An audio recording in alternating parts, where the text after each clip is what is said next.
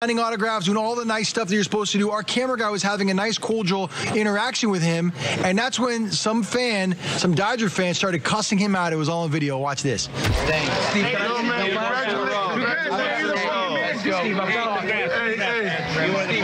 we Dodgers fan, but you guys played a great game, man. The Red Sox.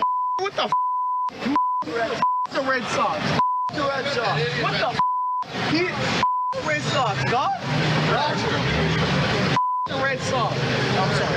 I love at the end there when the cop comes over and he's like, oh, I'm sorry. I didn't mean it. Yeah, I mean, listen, the reality is that stop yelling real quick. You stop yelling real quick because you don't want to spend a night in the pokey. That's right. In the county, in the Twin Towers, because you're yelling at the Red Sox right there. But, Van, you don't have a problem with this. You were actually okay with the guy heckling the Red Sox guy in the street. Of course. I mean, the reality is this. You win. You want to come out and you want to party in the opposing team city. This is what they shouldn't have to deal with that. You're not going to be embraced. Yeah. Nah, it's one thing at the stadium, because as a fan, you pay to get into the stadium. Fine, yell. Don't yell at them on the street. Nobody dislikes the Red Sox more than me, believe me. By the way, there was more. So Matt Barnes and Brandon Workman, two other Red Sox players, also went and celebrate the nightclub. When they left, they also got heckled by different Dodger fans who were calling him another way to call a nickname for a man's member. I'm not going to play the audio because it's a bunch of bleeps, but basically some guy on the street was calling them another word for a man's penis as they were getting into their car. So the heckling didn't stop. It happened all over the city. The heckling continued. Listen, the trade-off for a little heckling is a World Series championship. Maybe the Dodgers should have got somebody out, not blown a 4-run lead in the 7th inning. Maybe get some hits. Or maybe the Yankees should have made it. I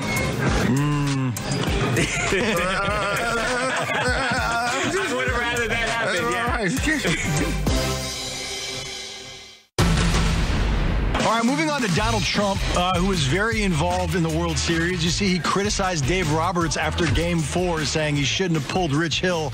And now there's another controversy. Remember, before the World Series, people were saying, oh, is the team that wins the World Series, are they going to be okay visiting Donald Trump in the White House? Because there's a lot of controversy that comes with visiting Donald Trump in the White House these days. Yeah, I mean, a lot of people believe that the president is responsible for the divisive political discourse that we have in our country today. Yeah, several teams have not gone to the White House, including the Golden State Warriors, the Philadelphia Eagles.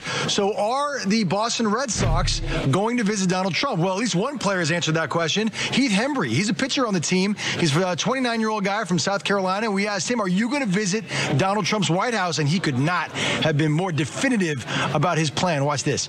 Yo, you think you'll go to the White House, man? Hell yeah. With Trump. What's your favorite thing about Trump? Nobody. Yeah, everything.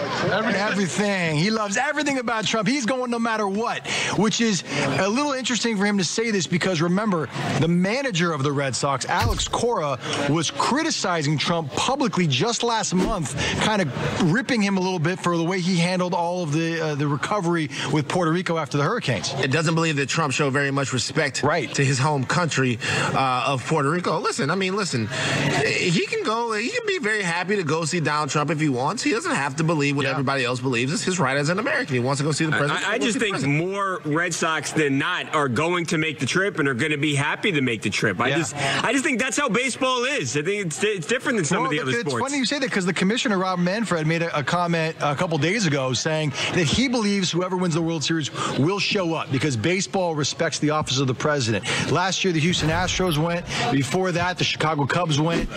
It's been a tradition. No MLB team has skipped the White House to this point. And based on what he just said, it doesn't sound like the Red Sox will be the first team to do that. So, Babcock, what you're basically saying is that because baseball is a little bit more white, that they don't have as much problem meeting with Donald Trump?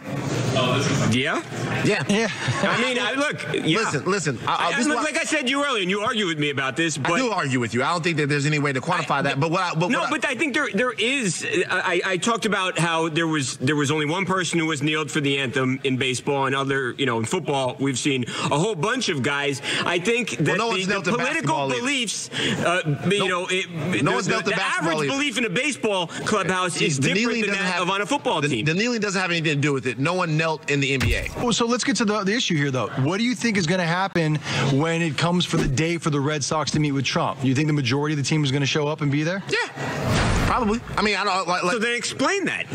I mean, I don't know the makeup of their clubhouse and what goes on inside there, but I think to make the jump from the Red Sox are going to meet with the president, therefore a lot of people in Major League Baseball don't care about these issues. Here's the deal.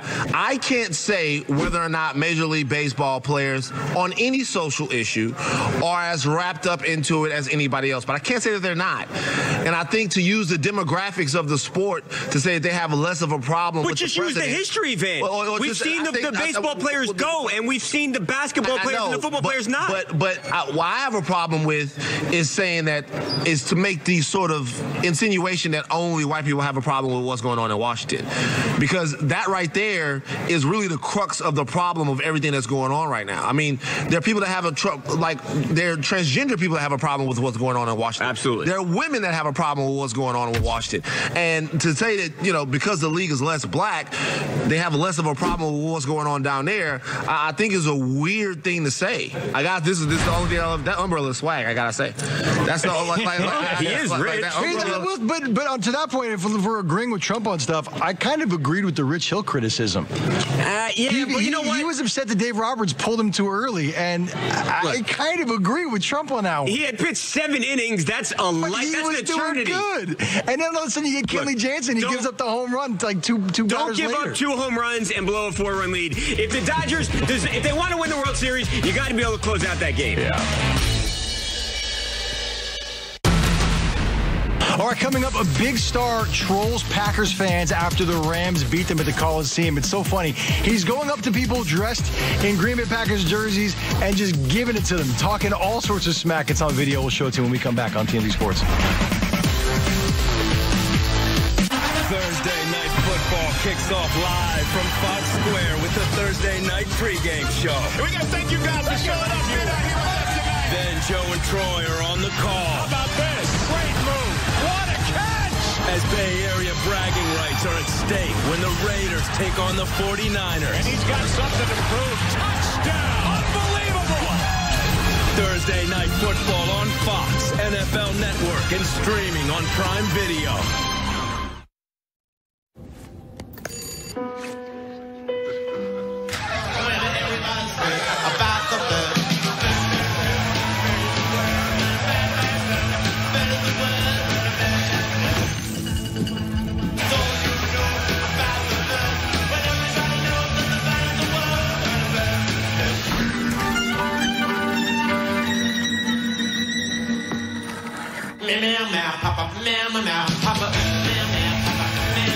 I'm about to unbox the brand new Google Pixel 3. It's on Verizon, the network chosen by Google. Here goes.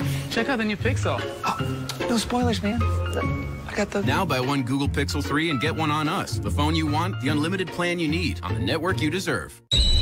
This is your wake-up call. If you have moderate to severe rheumatoid arthritis, month after month, the clock is ticking on irreversible joint damage. Ongoing pain and stiffness are signs of joint erosion. Humira can help stop the clock. Prescribed for 15 years, Humira targets and blocks the source of inflammation that contributes to joint pain and irreversible damage. Humira can lower your ability to fight infections. Serious and sometimes fatal infections, including tuberculosis and cancers, including lymphoma, have happened, as have blood, liver, and nervous system problems, serious allergic reactions, and new or worsening heart failure. Tell your doctor if you've been to areas where certain fungal infections are common, and if you've had TB, hepatitis B, are prone to infections, or have flu-like symptoms or sores. Don't start Humira if you have an infection. Stop the clock on further irreversible joint damage. Talk to your rheumatologist. Right here, right now. Humira. Forget about vacuuming for weeks.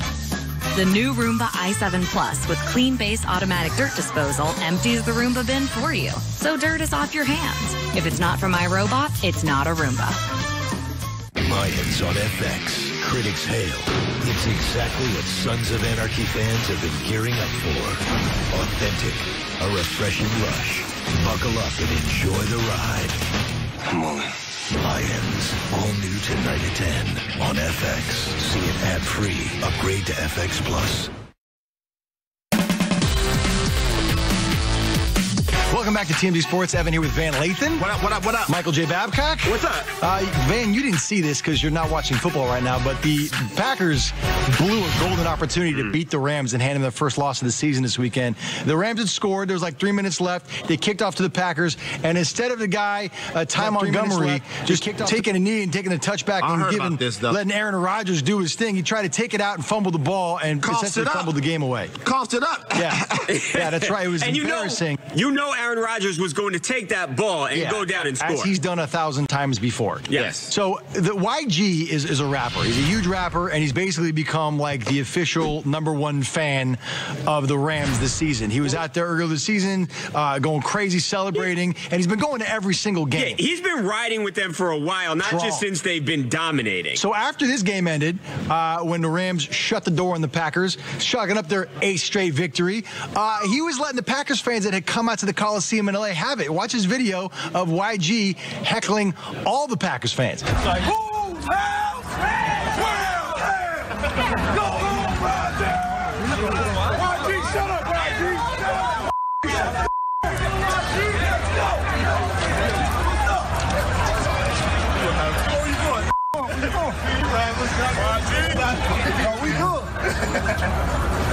I just said I thought we were being left behind. Get it, kid. Hey, go home, Roger.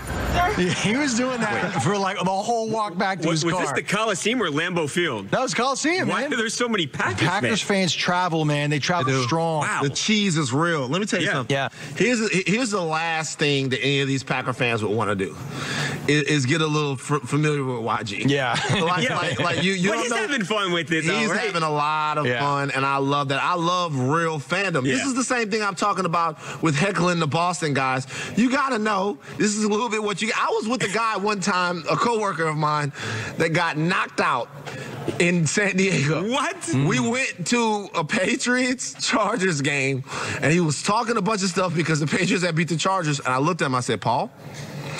we're naming him. He knows who he is. I said, Paul... If something happens, I'm letting you know I'm going back to L.A. I'm not staying down here. All of a sudden, I turned around. I had a corn dog in my hand. I turned around, and I see Paul just get laid out. I look at Jeff. I'm like, let's go. Did you eat the rest of the corn dog? I ate it so good, your problem. man. You didn't help Paul? Yeah, I left Paul. We left Paul in San Diego. Yeah, it's hilarious.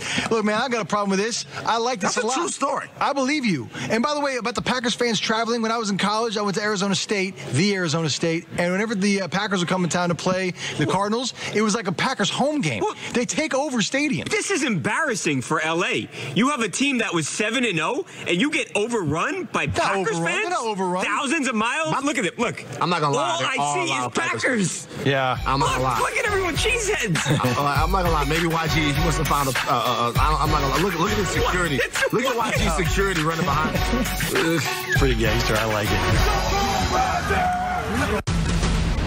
All right, this next story blows my mind. Babcock and I were talking on the phone on Saturday, and all of a sudden the news came. 4 Jacksonville Jaguars players were arrested at a nightclub in London hours before they were set to play the Eagles, all over an altercation over a $65,000 bill at the club. This is crazy. 4 players involved: Barry Church, Ronnie Harrison, DJ Hayden, and Jared Wilson, all defensive backs for the Jaguars. They were hanging out at a place called London Rain. They went. It's like a burlesque. Yeah, burlesque circus performance. It's kind of like a weird sexually charged spot. Sounds fun. I guess. It's kind of fun, I guess.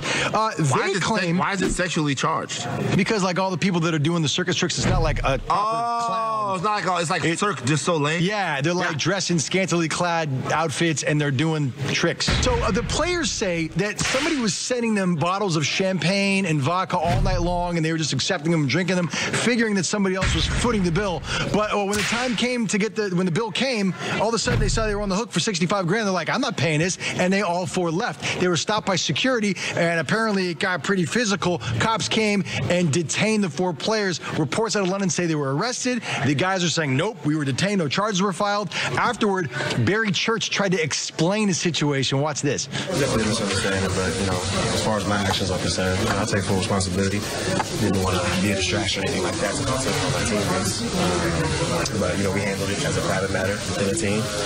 And we just go from there. What are you guys doing in this situation on Friday night? I don't want to get into those details about that, but hanging out as a team. Here's the deal.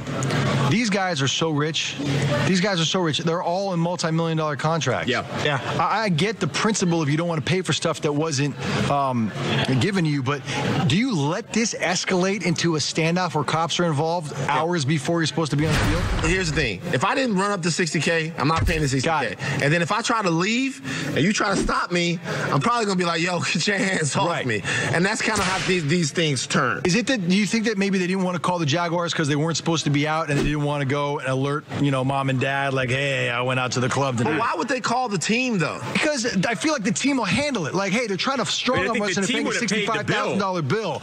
You got to get Shad Khan, who runs London, to come here and handle this. If they were trying to leave and they didn't actually do it, then I don't know, man. I don't like it. It's a shady thing. Like, if you drank the stuff that came to you. Somebody should have asked the question, who's getting charged for this? Look, I'll be honest with you. Van, if you were in the club, you're very famous, you told off Kanye, it was amazing. If you're in the club and someone starts sending you bottles of champagne and vodka, don't you ask the question, who's paying, before you start drinking? Not really. Honestly? Like, I've been in the club before, and I'm like, I was at Dre's like a month ago or something like that, and there do say shots being sent over and everybody and all of that stuff like that. If I'd have got stuck with a bill after all of that stuff was just coming over to me, it'd have been some issues.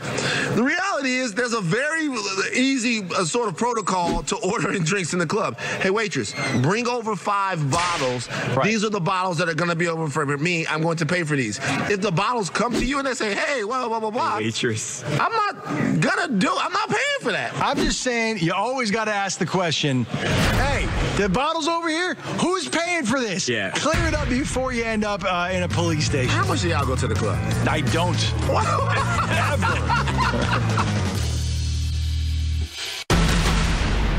All right, coming up, Shaun White, the greatest Olympic snowboarder of all time, is under fire from the Special Olympics over his Halloween costume, which is super offensive. You'll see this when we come back on TMZ Sports.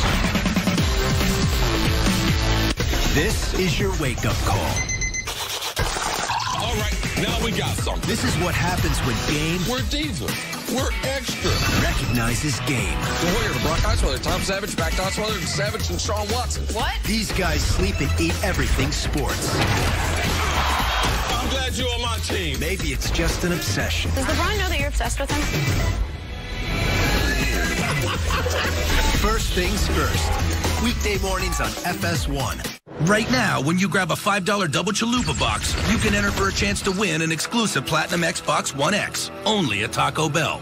Put down the chalupa. Focus. Wrong button, buddy. Wrong button. That's Gillette Clear Gel. It goes on clear and keeps you fresh all day. And it doesn't leave white marks on your shirt. Gillette Clear Gel Antiperspirant. This is the not-for-sale Kia Forte drift car with a blistering top speed and excessive amount of horsepower. And this is the totally redesigned 2019 Kia Forte. With an 8-inch touchscreen and professional race car driver Colette Davis to demo it. It doesn't have to make sense. Right now, lease the 2019 Forte LXS for $169 a month. We all make mistakes. What matters is that you learn from them. I need an airway. Are we really doing this? If you missed the premiere of The Resident, you can watch it anytime. Something is wrong. This is a business. It's not a charity. Oh, so it's money or your life? They missed each other. Maybe things will be different. The Resident, all new Mondays, or watch anytime on Fox Now or Hulu. If you're a guy over 40, take it from me, Frank Thomas. Eugenics will help you feel like the man you used to be. Right. Like that stuff actually works. Hey, buddy. Up here. The key ingredient in Nugenics is clinically researched to totally work. That's why Nugenics is the #1 selling free testosterone booster at GNC. Hey, buddy, check it out. My workout's a lot better. I'm feeling stronger and more energetic with a lot more drive. I'm back to being the big hurt. You still don't believe me? Just send a text. Get a complimentary bottle. Come on. You're stuck in park right now. That's right. Time to shift into drive again. And trust me, she'll like the difference too. Hey guys, it's time to start your engine. To get your complimentary bottle of award-winning Nugenics, text SHINE to 321-321. Samples are not available in stores, so text SHINE to 321-321.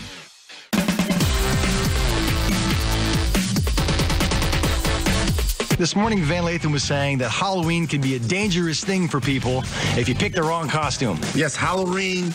Excuse me. Yes, Halloween is an issue. It's dicey. It's dicey. There's a lot to lose. You don't want to end up like Shaun White. You're going for a laugh. You think you've got a clever costume, and all of a sudden, people are saying, "Whoa, that's the most offensive thing I've ever seen. You're so insensitive. What are you thinking?" Here's his costume this year.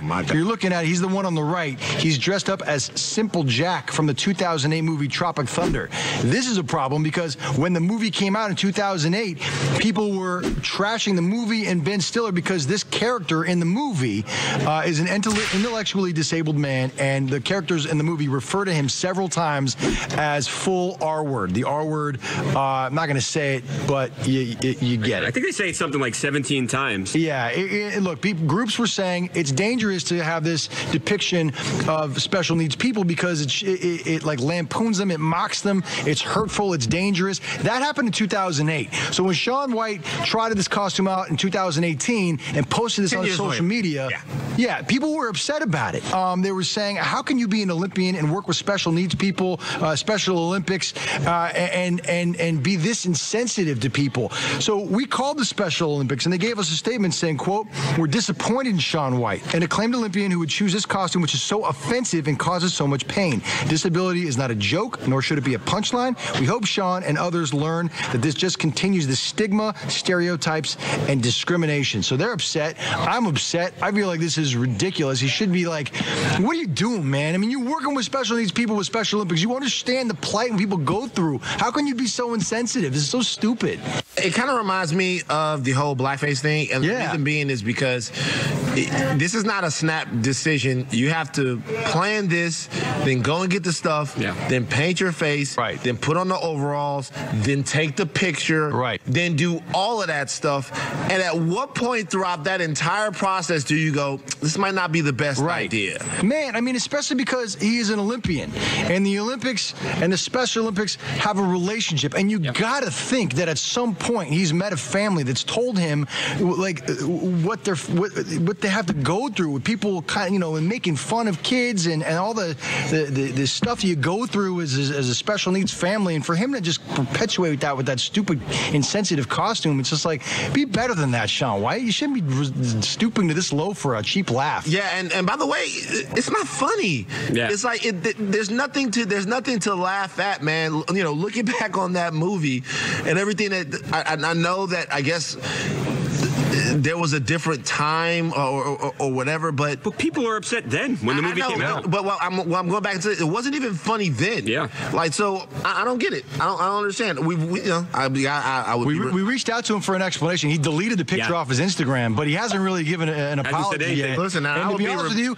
I want one. I think the public deserves an apology for this. This is stupid. They ran Megyn Kelly out of town, and they should have, by the way, because what she said was stupid and offensive. This is stupid and offensive, and he owes us an apology for this too. All right, coming up, Danny Amendola hits the beach with an insanely attractive model in a tiny bathing suit. Upgrade? There's one problem. It's not his girlfriend, Olivia Culpo. We're going to show you this when we come back on TNT Sports. Right now, when you grab a $5 double chalupa box, you can enter for a chance to win an exclusive Platinum Xbox One X, only at Taco Bell. Put down the chalupa. Focus. Wrong button, buddy. Wrong button.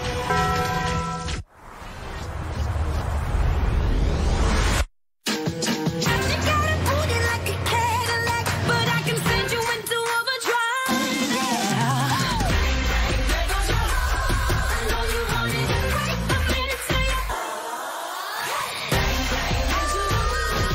the unmistakable Cadillac XT4. Once again, driving is joyful.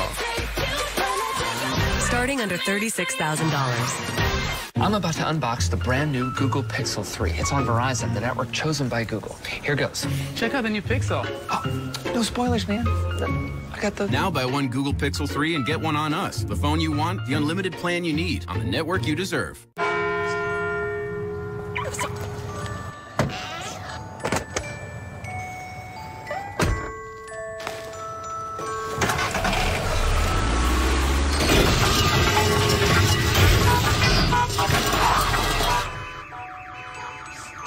That's what we call a huge drag.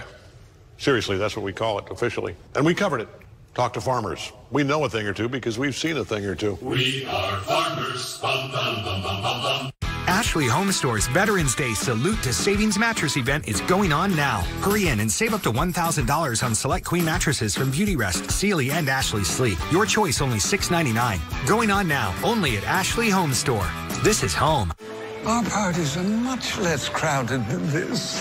Oh, and our beers are much fancier than that. Why did we invite them again? We're raiding the castle and needed a distraction. Attack, man! Bud Light, for the many, not the few. Will Greer and the Mountaineers. Sam Ellinger and the Longhorns. Unbelievable conference elites go head-to-head in a showdown of Big 12 gunslingers. West Virginia, Texas, Saturday at 3:30 Eastern on Fox. Welcome back to TMZ Sports. I've been here with Van Lathan. What up? Michael J. Babcock. What up? Hey, Jordan Babcock. Michael Jordan Babcock. I'm doing great. Yeah. Oh, I got some nice Jordans, by the way. Did you? Oh, yeah. Yo, those box ones we they was talking came in about? is insane. Yeah, the boots, yeah. the wheat Jordan boots. I see you wear the black man's shoes, but you want to support them. Okay. What are you talking about? Let's talk about Danny Amendola, the Miami Dolphins wide receiver. Hit the beach this weekend with a very attractive lady. Take a look at this photo. She is gorgeous. He looks great. Problem is, it's not Olivia Culpo, and some people think, what's going on, Mr. Amendola? What's happening there? Beyonce has a song. It's called "Let Me Upgrade You." Wow. This woman's name is Bianca Peters. She's a popular traffic and sports reporter for CBS in Miami. Some people see this photo and these videos and they go, oh, they look very flirty. Maybe there's something going on between them. Other people are going, there's nothing happening Means here. nothing. Yeah. Olivia Culpo, meanwhile, she's in Los Angeles. She was in Los Angeles for doing a photo shoot. And so people are saying, dude, does Olivia know? Does she not know? Is it cool? There's a lot of questions being asked. Now she does. Now she does. Is this a good look for Danny Amendola? I mean, look, it depends on what the situation is. Right. If you still have a girlfriend, it's maybe the worst look you could possibly have. You can't be with a girl in a thong touching her face. No. Yeah, it's probably bad. But listen, man, I'm going to hold out hope that Danny Amendola is one of the faithful brothers out here, man. He's not making these mistakes and stuff. We don't know the answer is what's going on. We don't know the relationship. We don't know if they're hooking up or they're not hooking up. We don't know if she's with Olivia or not. All I know is that Danny Amendola runs with very attractive people, man. Yeah.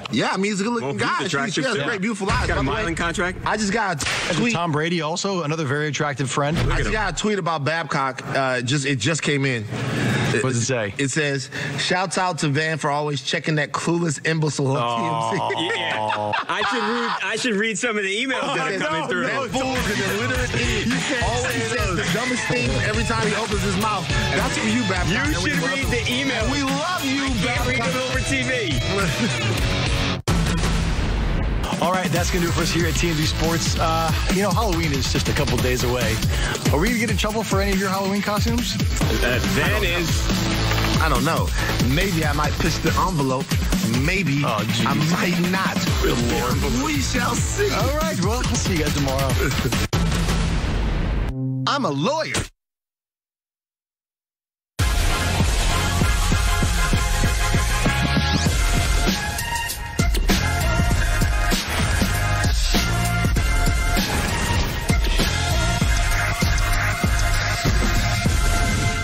First Things First is sponsored by Gillette, the best a man can get. Ooh, 'twas the day before Halloween, and welcome to First Things First. I am Jenna Wolf. That's the Hall of Famer Chris Carter. That is Nick Wright. Nobody does Halloween better than New York City, so if you are in town, enjoy it. If you are not, come to town.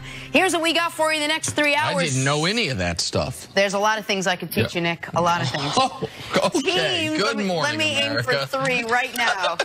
We're going to start strong. It'll be downhill from there. Teams are trying to trade for Odell before today's deadline. Cleveland fired most of its head coaches this week, and the Patriots took to the national stage. That's where we start. Patriots in Buffalo for Monday Night Football.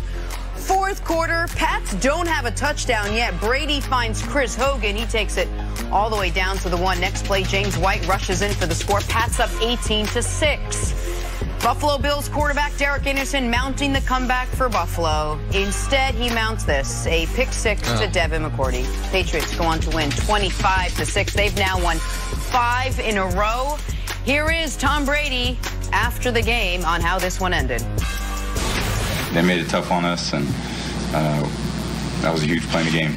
So we'll take the win however we can get it and try to learn from it and move on next week. All right, Nick, what did you make of the way the Patriots struggled to just put this away last night against the Bills, or does it not matter? No, I think it matters. I think everything with the Patriots matters. When you're talking about a team that is one of, I would say, the half-dozen Super Bowl, real, true Super Bowl contenders, one of the half-dozen teams in the league that if they win this championship, you wouldn't be surprised at all. Having it to be a 9-6 game until that Kyle Van Noy strip sack that led to a field goal, having it be a 1-score game headed into the fourth quarter, all of that matters against what is the Buffalo Bills are the worst offense in football by far. Like, I understand people say, what about the Arizona Cardinals? If you look at any of the advanced metrics, there is all 31 teams right here and then Buffalo down beneath the table. They have been the worst offense in the league. So I give the Pats credit for holding Buffalo to 6 points, but a lot of teams have had defensive success against Buffalo. What would be at least moderately concerning to me if I'm a Pats fan is you didn't have turnover issues. Brady had played his first clean game from a turnover perspective all year, and yet you struggled to score. They had that one great drive late in the fourth quarter that I believe put the game away because Buffalo being down 2 scores might as well be 12 scores. And then the pick 6 to officially put the game away. But the Pats didn't look incredibly sharp. They didn't look as good as you would have expected them to look on offense against the Buffalo Bills. Now, they win by 19 points despite all that because they're the Patriots. But no, see, I didn't think this was a great offensive game for New England. Right. No, there was a number of things that you can look at and say at this point in the season, you would expect New England to be better. So they're struggling. I am concerned. I'm concerned about the absence of Sony Michel. Yes. Anytime that you see an offense or a organization move a wide receiver to running back, you know there's problems. Because even Cordell Patterson, as good as he is running the football and opening the space as a returner, the visual lanes and the instincts you need to run the football, they are not there from a skill set standpoint from wide receiver transferring over to running back. It's the reason why you haven't seen a lot of them do it. Number one, a lot of wide receivers catch the ball and are backer to the defense. Running backs, they get the ball, visually everything is in front of them. So the skill sets don't transfer. So for them to move Cordell to tailback, it lets me know they're very, very concerned. So they couldn't run the ball. So that's a concern. The offensive line, when they started becoming predictable, they started having problems protecting Tom Brady. And Gronkowski, to me, doesn't have the same type of burst down the middle of the field. You see, he's not even targeted, trying to stretch the field down the middle. A couple times on the outside, he comes up with the big catch later on. And I'm still concerned about their wide receivers. That's why you hear all the talk as far as them being involved before the trade deadline as far as acquiring another wideout. So, and I understand there's talk, and we're going to get into it throughout the show, about Golden Tate, about Demaryius Thomas and the Patriots and the trade deadline, which is approaching in a few hours. That's not the position I would target if I were them, because I think I have seen they still have Edelman. Gronk can still be great in bursts, and Josh Gordon, despite some reports yesterday that he was been tardy and was going to be benched for the first quarter, we saw him out there in the first series. Josh Gordon is going to continue to be a bigger part of this offense. What we saw yesterday is they've got one running back they trust, Sony Michel, and he wasn't there. They got what? If I'm going to target a player at the deadline, I want to target a running back or a defensive end. Sure, but on the offensive side, I should say, if I'm going to target a player on the offensive side, I would say running back over wide receiver, because I understand Sony Michel is going to be back. But Sony Michel had a knee issue in college. Sony Michel had a knee issue in the preseason. Yes. Sony Michel, I think, dodged a bullet for a potentially very serious knee injury last week. But we saw this week, like, the running back production, James White, 8 for 15, Kenyon Barner, 2 for 4 yards, and that's the entirety of it. Other than that, it was Julian Edelman running the ball and Cordarrelle Patterson. Like, if you don't have this Pats team, when they played their best offensive game of the year, at least what I thought was their best offensive game of the year against the Chiefs, it was because they could continually gash the Chiefs on the ground. When they have been averaging 38 a game for the last month, it's while Sony Michel has been playing his best football. If their plan B from Sony Michel is Cordarrelle Patterson, I mean, I've seen the Green Bay Packers try that with old 88 Ty Montgomery, who's in the news for different reasons a couple of years ago in the backfield. That means you are out of options. And so, go ahead. You wouldn't look at this Patriots team and say, well, this is a team that's one solid, healthy running back away from going all the way back to the Super Bowl. You wouldn't do that. I mean, this is a team that when they want to put up 38 points, they put up 38 points the last couple weeks. I know they didn't have Sony Michel, but Sony Michel was banged up the last time they played as well. What's the one thing that you're... But the last time they played, Jen, and they scored 38, they had 2 special teams touchdowns. Like, when they... I think... it's distorted. Yeah, I mean, I do. I just disagree with the premise a bit. I think for this Pats team, because Brady's numbers look good in comparison to Brady's career, but we have to recognize that in 2018, everything's different. Yes, all the numbers are inflated. All the numbers are inflated. We watch Eli Manning, and we say he's finished. He's done. And visually, right? And visually he is. But his numbers say he's having the best year of his career. And so if Brady's having a career average year in a year when everyone's having a career year, that to me says that the running game is a key part of their ability to score offense. It's not only the running game. It's that Kenyon Barner's never been a featured running back, all right, since college. Like, he is a special teams player, third down specialist. James White has not been a featured back all his days in Wisconsin, all his days in the NFL, and none of his days in high school. I coached him in high school. He has been a role player, and you can tell by their play calling that they don't have enough confidence in James White. He only had 8 carries, but he doesn't have the girth. Him or Barnes don't have the girth that Sony Michel brings and the power that they bring to the running game. So I believe that's a problem. And when you don't have that, it does not lead to a lot of play action passes. So it gives you chances to get deep shots down the field. So there's a reason to be concerned when you look at the Pats, and especially against the opposition. I mean, that's the Buffalo. Man, this is a bad, potentially the worst team in the NFL. Derek Anderson, he was trying to make some golf tour. He was out training. He almost throws for 300 yards against them. So, I mean, no real football fan's going to leave last night's game and say, you know something? New England has built on what they did 2 weeks ago. To me, they have gone a little bit backwards because of the injuries. So if you're looking at a team that wants to shore up one position before the trade deadline today, do they go out and they try to secure a running back, or do they go get what's rumored to be a wide receiver? Listen, the only person that has said they should trade for a running back, best I can tell, is me about 5 minutes ago. Like, that doesn't seem to be on the board from the people that are actually reporting. So, like, the newsmakers the newsbreakers would say that they are looking for wide receivers. Go ahead, C. I just wish people would stop thinking that you can go to New England as a wide receiver, an offensive player, and just pick up the system.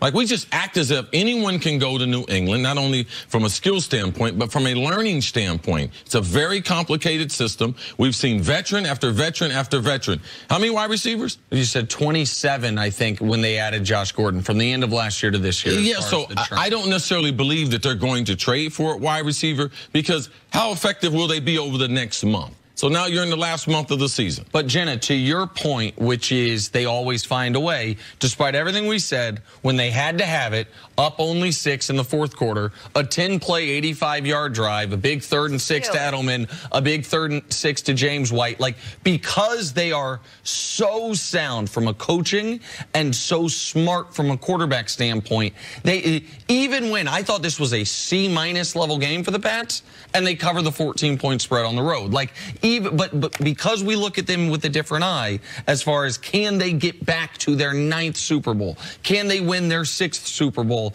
It's the little things that we got to pay attention to. All right, let's take a break. On the other side, why is LeBron running out of patience? Next on First Things First, thoughts on Lakers.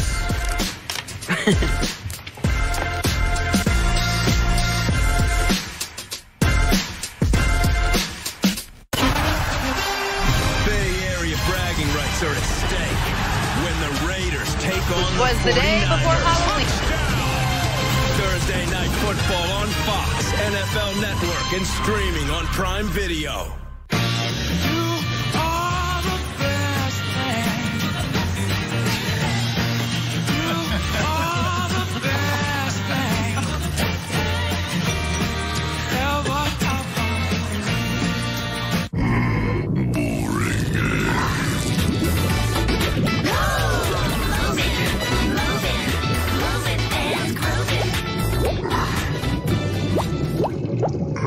Red Bull gives you wings. Heartburn and gas? Fight both fast. Tums Chewy Bites with gas relief. All-in-one relief of heartburn and gas. Tums Chewy Bites with gas relief. Here's a good Halloween trick. Buy a bunch of Reese's. There you go. Turn off all the lights in your house. Yeah. And then you just don't answer the door. Not sorry, Reese's.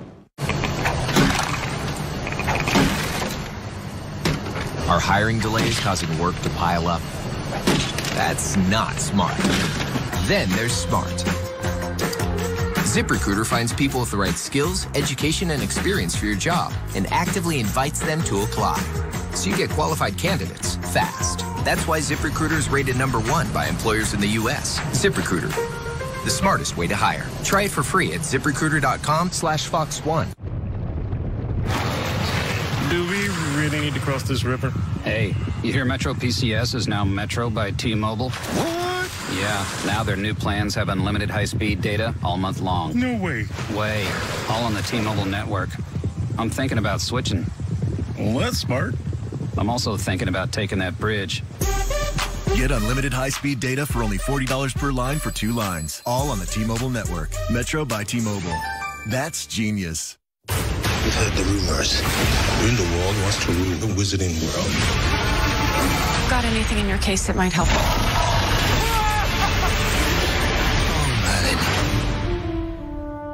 Rated PG-13.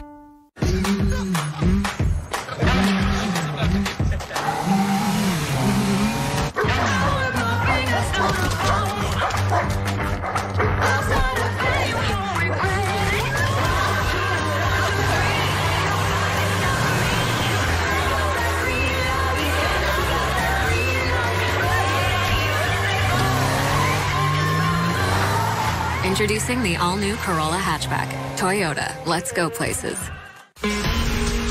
We all make mistakes. What matters is that you learn from them. If you missed an episode of The Resident, you can watch it anytime. Maybe things will be different. The Resident, all new Mondays at 8, or watch anytime on Fox Now or Hulu. It's a huge doubleheader Sunday on Fox and the Fox Sports app. What happened to the real men of America? Today's average red-blooded American man has less testosterone than his father, and his father has less testosterone than his father. Before we suffer a full-on masculinity crisis, Force Factor is launching the Man Up America event. We want to send every man in America a complimentary bottle of the breakout supplement taking Walmart by storm. Test X180 Ignite, loaded with free testosterone-boosting manliness.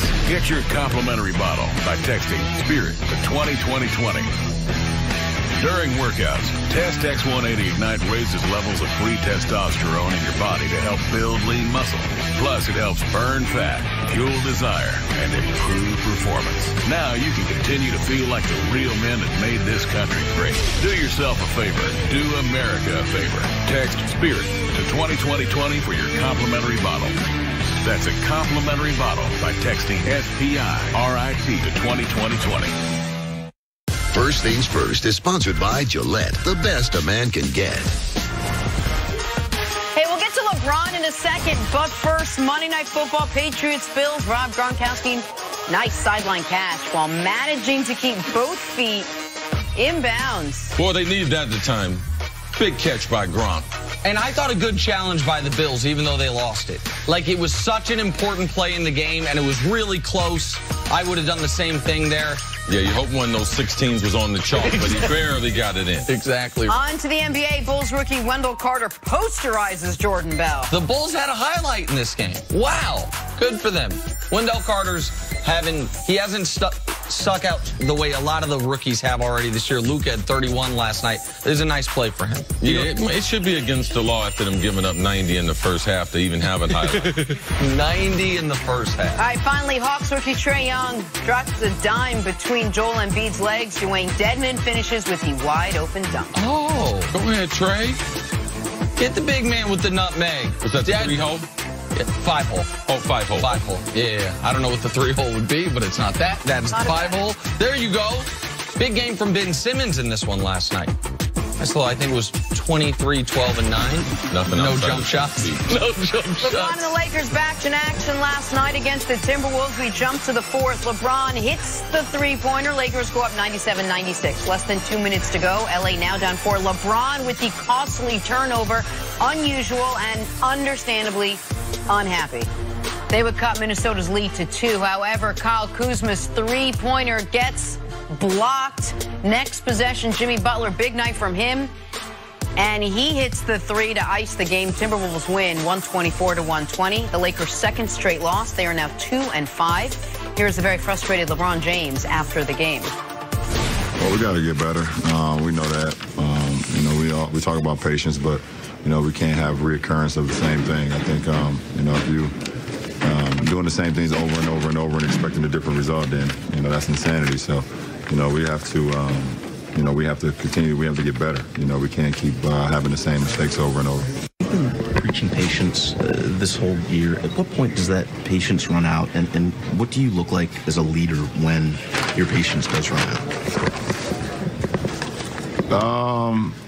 You probably don't want to be around when my patience run out. I'm serious.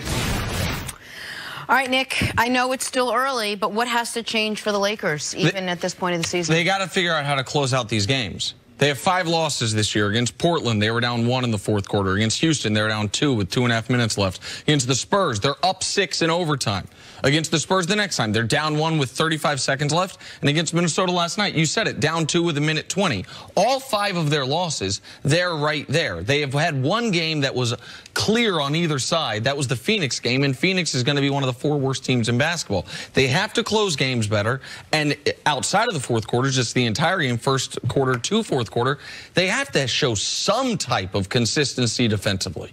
They have to show some ability in the front court to be able to stop skilled big men, which they have not been able to do all year long. LaMarcus Aldridge has had a field day against them both times he played. Karl-Anthony Towns played well last night. And they have to be, if they're going to play at that pace, that's fine. But playing at a pace doesn't mean you just give up transition buckets. Doesn't mean that you just say, okay, you can go score, we're going to get it right back. So they have to close out games better, and they can't be a bottom 7 defensive team in the league. They don't have to be a top 7 defensive team, but they can't be a bottom 7 defensive team. Yeah, I don't know how they're going to get better defensively, but I think defensively is the #1 way for the team to be able to improve. That takes a lot of time. Now, they're young. They're very, very athletic. They should be better defended. Not very good. They've gotten better as far as defending the 3-ball the last couple games. Now not very good against skilled post people. Their biggest problem, though, is how they're going to close out games. You watched last night's game. When they get a rebound on the defensive set, you got 3 guys. They had Rondo calling for the ball, Lance Stevens calling for the ball, and LeBron calling for the ball. They have no set offense to be able to run closing games out in the fourth quarter. Predictably, LeBron has run the point late in games, and he has orchestrated the whole offense. But he's not able to do that with all these new players, especially when Rondo's on the court and when Lance is on the court, because they are ball-dominant players. So until they decide that they're going to come up with how we're going to close out games, how we're going to play in the fourth quarter, And on the defensive end, getting that part solved, the Lakers will continue to struggle. Is that a LeBron issue or is that a Luke Walton issue? Well, I think it's both. Listen, LeBron, you don't get to be the guy LeBron is and then say this is on the coach. Now, he's not saying it's on the coach, but I'm not going to sit here and say it's on the coach. For most teams, that is on the head coach. For the Lakers, it's on both of them. LeBron and Luke Walton need to come together. LeBron knows more about basketball than Luke Walton, knows better how to put his team in position to win than Luke Walton. I don't know if LeBron knows more about this team than Luke Walton, because Luke's been around these players longer. Sure, absolutely. But what Luke doesn't know is that I think LeBron does is how to best utilize LeBron with these players. So, like, that's why it's got to be cumulative. Like, Luke knows what these guys' skill sets are better than LeBron does. LeBron knows how to get the most out of himself and his teammates. I thought Luke did something very interesting yesterday. See, you had mentioned you wanted Kuzma to stay in the starting lineup when Brandon Ingram returns. I had said a week prior I thought Josh Hart would take Kentavious Caldwell-Pope's job. Well, both things happened. Josh Hart took Kentavious Caldwell-Pope's starting job, and then when Brandon Ingram came back, they started Ingram at the 2, which is not really his position. But so they put Hart back to the bench. They went Lonzo and 4 bigs, essentially. Lonzo, Ingram, LeBron, Kuzma, JaVale. And so that's a long lineup, but that is a lineup that doesn't really fit as far as who are you going to play that against? You know what I mean? Like, what are good teams that can you finish a game with that being your 5-man lineup? And speaking of Lonzo, yesterday he struggled. He has struggled throughout the year. He has not taken anything. I know it's only 7 games in, but he looks like the exact player he was last year. And last year it was fine for a rookie. But in year 2, you need to see that development as a player. Does it help that the brunt of this locker room is young? Maybe they don't get so restless so quickly that they're able to bounce back from games like this, that a close game is, we're getting there, as opposed to veterans who can sort of pick out what's wrong and it kind of weighs on them more? Well, we've seen LeBron with a couple different teams. We've seen him with the Heat and with the Cavs, and they struggle. Veteran players, young players, because coming together on the basketball court, because they don't spend a lot of time practicing. So you are learning on the run. You are actually learning in these games. And let's not overreact. If they get a couple stops, and the Timberwolves made some big shots in this game. Jimmy Butler awesome. Made some big shots. And so I'm not going to overreact to what they're doing. I prefer veteran players compared to younger players. I believe it's important for younger players to win. Veteran players, if they've been around the league long enough, their confidence is going to take a lot more to ruin their confidence than young players. I'm not going to overreact either. However, the 2-5 does mean if they're going to get to 50 wins, that's 48-27 the rest of the way. That's winning almost 2 out of every 3 you play the rest of the way. Now, they've had a schedule thus far this season where they have played nothing but playoff teams except for Phoenix and Denver. And Denver was the last team out of the playoffs last year. So they have played, even by Western Conference standards, a tougher than usual schedule. But the thing that I don't think it's too early to worry about is Lonzo. I want to see, like, Lonzo's still not comfortable at the free throw line. Lonzo still is not comfortable taking any type of jump shots other than set 3-pointers. Like, I want to see how, I thought Lonzo could pair beautifully with LeBron through 7 games. We're not seeing that as far as like on-court, off-court net rating. He's been the worst Laker by far. I need to see that next step for Lonzo Ball when it seems like there's less on his shoulders than it was last year. There's less noise surrounding him than it was last year. Like, why would you think that? Because last year, I feel like Lonzo, it was a topic of discussion every single game. Because of, go ahead. Yeah, but the pressure in your second year with LeBron, now all the optics, everything in the NBA is on him. He's a new dad. He's trying to figure out playing with this great player. And also, if he wants to continue with the Lakers, there's a lot of pressure for him to improve. So there's more pressure on you in your second year than in your first year. Like, I don't know what's happened that would alleviate pressure from him.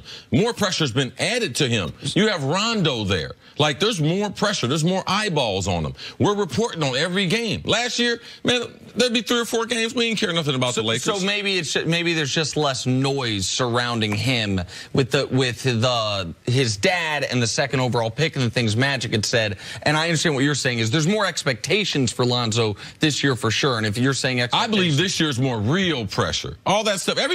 There's a lot of crazy parents. There's a lot of parents that say things. But there's real pressure on his basketball game because his critique is going to be on his game. And as you see, man, he don't have no intermediate game. He don't have no jump shot outside of a set shot behind the three-point line. So those things, I believe, are real pressure in year number 2. All right, Lakers fall to Minnesota. Good test for them against a team they might be fighting for a playoff spot with. All right, coming up, why did the Browns finally move on from Hugh Jackson? That is next on First Things First. If I'm the manager of the Cleveland Indians, I am nervous today. So, Terry? Terry Franco? Sorry, Terry Franco, I'm just saying.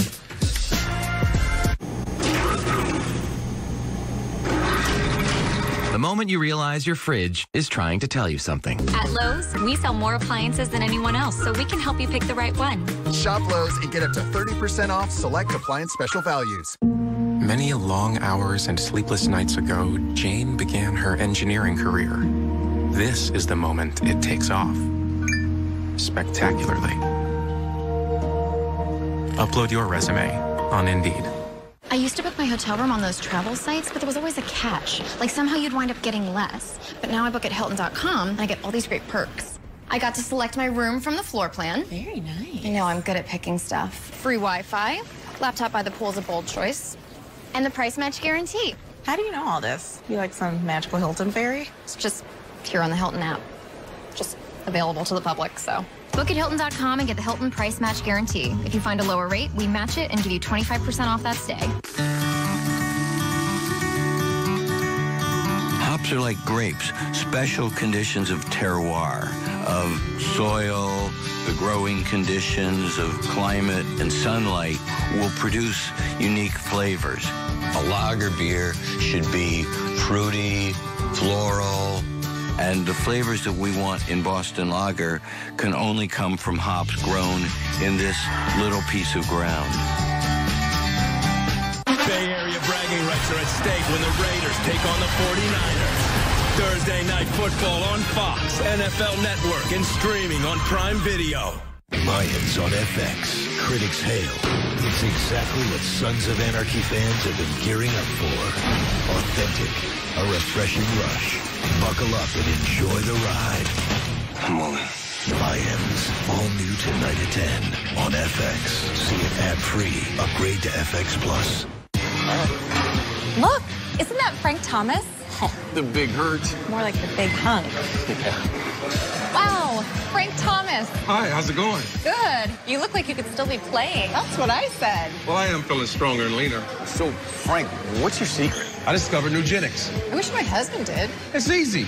Just send a text. If you're a guy over 40, text 42424 and enter the word WORK to get a complimentary bottle of award-winning Nugenics, the #1 selling free testosterone booster at GNC. Nugenics is a unique man-boosting formula powered by Testofen, a patented key ingredient clinically researched to help boost your free testosterone levels, to help you feel stronger, leaner, with more energy and drive, more passion, too. Here, try a bottle.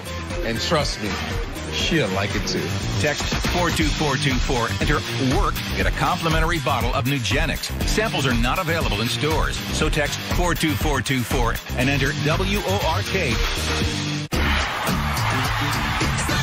The playoffs. Dig deeper. Get louder. To get to the top, you gotta go all the way up. Don't miss the Audi 2018 MLS Cup playoffs on FS1 and the Fox Sports app. Is it too early to start celebrating Halloween? Well, if you're celebrating by eating Reese's, then no. You're actually late. Not sorry, Reese's. Now with a 2 for $6 deal, pick from the new Crispy Chicken Tenders, or the Crispy Chicken Sandwich, or the Spicy Crispy Chicken, or the Flame Grilled Whopper. Match or mix. Any two will cost you $6. Only at Burger King. A once-in-500-year storm should happen every 500 years, right? Fact is, there have been 26 in the last decade. Allstate is adapting with drones to assess home damage sooner. And if a flying object damages your car, you can snap a photo and get your claim processed in hours, not days. Plus, Allstate can pay your claim in minutes. Now that you know the truth, are you in good hands?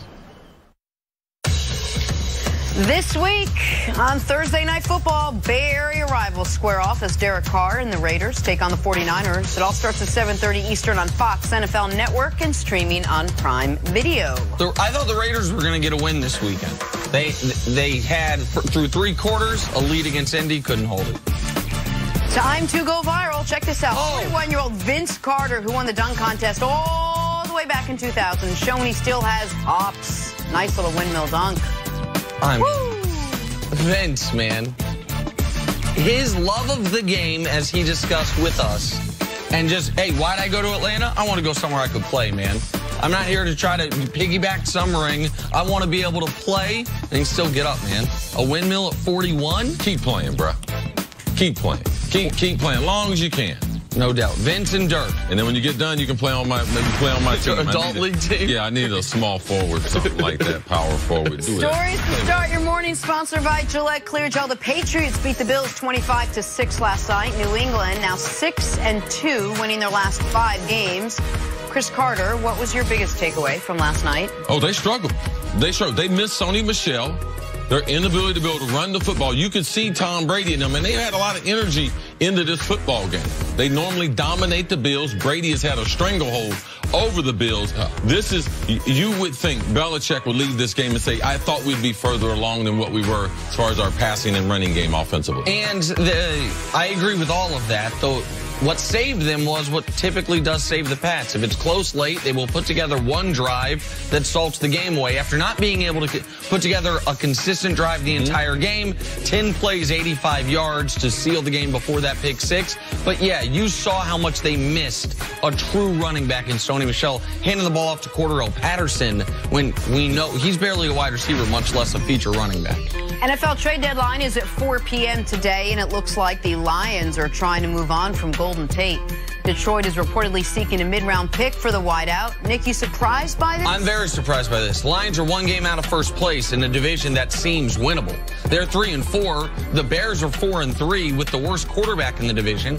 And yeah, sure, if you were going to get the Amari Cooper deal for Golden Tate, sure, I'd do it. But a mid-round pick when you're in the playoff hunt in Detroit, that does surprise me that he'd be on the market. Is Golden Tate up for a contract? Yeah. Oh, okay. Where'd that coach in Detroit, where'd he come from? New England. Oh, okay. Where do you think he learned it? This is exactly what New England does. Last year, your contract, veteran player, try to get rid of you, and he's not the guy that had Golden Tate there. So I wouldn't be surprised if they move from Golden Tate. Good football player, especially in this new NFL where they throw the ball and the catch and run's important. He's the best in the league as far as catch and run wide receivers from the slot. All right, shake up for the Dallas Cowboys. They fired their offensive line coach, Paul Alexander, on Monday. Dallas sits at 3-4 and will try and make a playoff push starting Monday night against the Tennessee Titans. CeCe, were you surprised by this move? Well, they fired a number of coaches this offseason. For them to fire their offensive line coach who has more resources than any other group in the building, yes, I was very surprised. And now it's going to be in what were they displeased with his inability to do with that offensive line? Because they're very, very talented. This to me is just a little puzzling. You know, also Jason Garrett. They start firing your coaches. They come for you next. Well, this is the first mid-season coach firing Jason Garrett's ever had. So, like, that's why it is noteworthy. Well, it's not him. It's Jerry Jones. Okay, Jason don't even have the power to fight, okay? He can't even fire his offensive line coach, see? No. Jerry Jones in there breaking down film with Steven. Well, he got to call him to be able to get approval. Okay, that part I believe. Listen, you might be right. Jason, what you want this morning? What you want me to do for you? What's going on over there? Well, I don't think the offensive line coach has done well with the loss of Travis Frederick. Oh, man, I've been watching film. That offensive line's rolling off that ball. Zeke is eating. When Zeke's eating, we're doing all right, Jason. I like it. I think we can do better at the coaching spot there, Jared. Do you mind if I fire him? Well, I normally don't say this, but I'm going to trust you, Jason, on this one. I normally don't say this. I appreciate it, Jared. I won't let you down. Clay. Finally, what a night for Klay Thompson. He went off. He made 14 three-pointers. That's an NBA record. He also scored 52 points in just 3 quarters of action. Eat that, Steph Curry, as the Warriors dismantled the Bulls 149-124. How impressive, Nick, is this feat for Klay? This dude is unbelievable, man. He doesn't get any of the shine because he's never been the best player on a team. Right now, he's clearly the 3rd best player on his own team. But as far as the best 3rd wheel any team's ever had, he's got to be at the top of the list. In the history of the NBA. Like, absolutely. what Klay Thompson has in my lifetime, four of the most remarkable individual scoring efforts. There's the Game 6 saving the 73-win Warriors against Oklahoma City. That third quarter, those 11 threes over the game. There's the 37-point quarter he had a couple years ago. There's the time he scored 60-plus in 29 minutes of action. And then there's last night. He shot 24 threes in 26 minutes. Do you know how exhausting that is?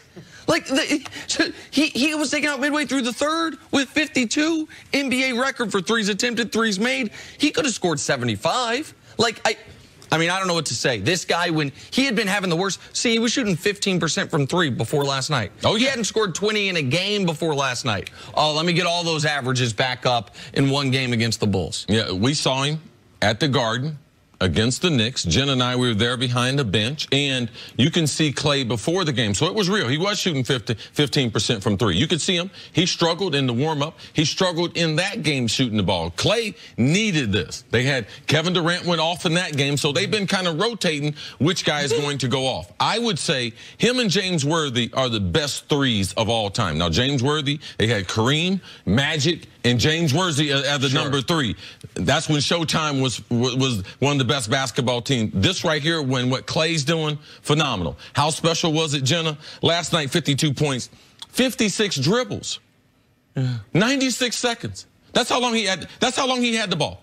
96 seconds to be able to get those 52 points. So it's amazing to be able to shoot the ball with that consistency the way he did. Man, he was in fuego last night. And if we're going to go further in the pantheon, Elgin Baylor, the older Elgin Baylor, when he was the third best guy on some Laker teams that weren't ever quite good enough, you could put him on the list. But Klay Thompson is, to me, he is certainly in the argument for the best third guy on a team we've ever seen. And I got to say, to steal a line from my buddy on Twitter, Dragonfly Jones, other Warriors, I need you guys to start point shaving in these games. I need these games to be close, and I need to see if someone can go for 80. Because when you're up by 40, everyone gets benched. But if we're talking about the most impressive scoring performances in the NBA this year, do the Warriors have all three? Steph's 50 through 3, Klay's 50 through 3, and Durant's 25 in the fourth quarter in the game you were at. Like that, and I guess Blake's 50-point game. These guys, it's... Yeah, Jen and I show up, they keep it close, or at least for 3.5 quarters. 8 minutes. Yeah, and then they bust him in the head in the fourth quarter. It's unbelievable, man. Congrats to Klay Thompson. Moving on to interesting times in Cleveland. After a shaky start to the season, as well as rumors of power struggles with their offense, the Browns fired both head coach Hugh Jackson and offensive coordinator Todd Haley yesterday. Defensive coordinator Greg Williams is now the interim head coach. Here's Browns owner Jimmy Haslam explaining the move. I think we did what we thought was best for the organization. I think that we put the organization in a better place today than it was yesterday moving forward, and we're comfortable with the decision. It's hard to win in the NFL. If anybody knows that, it's us. And I think the message today is we're not going to put up with internal discord, that we want people who are collaborative and work together. All right, see, I mean, we talked this week that it would probably be after the Chiefs game that we would see some movement within the coaching hierarchy in Cleveland. But were you surprised that they fired both Hugh Jackson and Todd Haley when they did? I was definitely surprised they fired both. I thought that Todd, especially in a chance to try to resurrect his career after a not the best dismissal from Pittsburgh, with his relationship with Ben Roethlisberger and some of the other players there and some issues that he had off the field, I thought that Cleveland with Baker Mayfield would be a great spot for him. Obviously, and you could see through Hard Knocks, you have to be careful when you watch some of these things that there was going to be a power struggle. I could see in the tape between Todd and what he coaches and how he tries to coach and go after it, being a disciple of Bill Parcells, I could see there was a conflict there with Hugh, and ultimately it trickled down into the team, so they had to move in a different direction.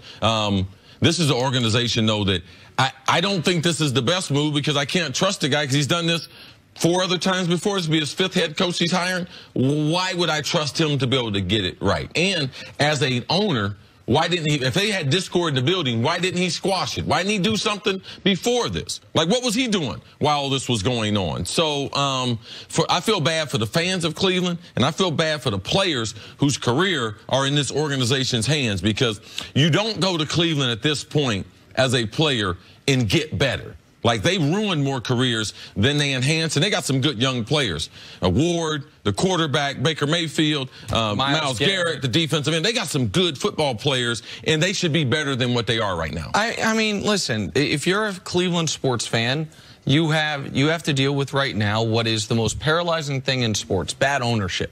And that's on the basketball side, which we'll get to later, and on the football side. Jimmy Haslam took over this team in October of 2012. That's 6 years ago. He's about to hire his 5th coach. He's already hired his 5th. He's on his 5th general manager. Like, what? That is absurd. And I understand why you'd move on from Hugh Jackson. He's 3-36-1 with Cleveland after being listen, they could have won the Pittsburgh game. They lost Oakland in overtime. They lose to Tampa in overtime. But 2 of the last 3 weeks, they got blown out. They played good teams, and they got blown out. So I understand moving on. And Todd Haley has rubbed a lot of people the wrong way in his career. But at some point, you can't have this power struggle end, of course, in a tie to where you fire them both when now who's calling plays for Baker? The whole franchise relies on Baker. And now the guy that's going to call plays has called plays in 1 game in his NFL career, and it was a preseason game. And Greg Williams is the last man standing.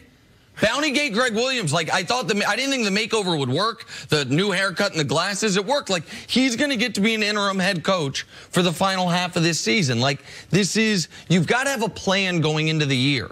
And I thought the reason they brought in Todd was because if we have to fire Hugh, we can have an offensive-minded head coach who's called plays, who can steward Baker through his first year. To fire them both, to me, is inexplicable. I knew one of them would go. I thought it'd be Hugh. I didn't think it'd be both of them. Would you say this was a wasted year for Baker Mayfield then? No, I wouldn't say it's a wasted year, because we saw flashes that Baker can be a primetime player in this league. We believe him to be a franchise quarterback. But you got to be able to support him. So no, he's with the Browns. He's going to be the face of the Browns. I got faith in Dorsey, the general manager. The general manager didn't hire the head coach, so he ultimately had to get rid of him. The general manager did pick the quarterback. All right, so they are married together. Now the general manager can hire his own coach. So for me, I knew this was going to happen. I was hoping it was going to happen after the season, because you got to protect Baker and protect his talent. All right, you can't afford just to give away the season, allow him to get hit, and say in these last 8 games and stuff, say they only win 1 of those games and they got 2 wins now. They've shown drastic improvement. Try to build on that. So listen, there's going to be a very wide, big, net thrown out there to see who's going to come in, and to be able to work with Baker and to be able to work within this organization and to work with this owner. Who's out there that you like? Well, listen, the guy that everyone on television today is going to mention is Baker's coach from college, Lincoln Riley, a guy that Coach Baker, that is the hot young coaching candidate. But it goes back to what C started with and what I started with. If you are a hot candidate, if you're him, if you're David Shaw, if you're Eric Bieniemy in Kansas City, do you want to go work for Jimmy Haslam? Do you want, for your first NFL coaching opportunity, where you pick up your family, where you move, where you put your kids in new schools, you do all that to be for a guy who no one has lasted more than 2.5 years? Like, can you trust him? Can you trust that John Dorsey, the guy who's going to hire you, that he's going to be there more than 2.5 years? Like, that's the concern. If you're a great coaching prospect, do you want to go coach the Cleveland Browns? Well, I think you're wasting your breath thinking about Lincoln Riley. I mean, he's been there a short period of time. It's been a great transition from Stoops over to him. What makes us think he can coach grown men?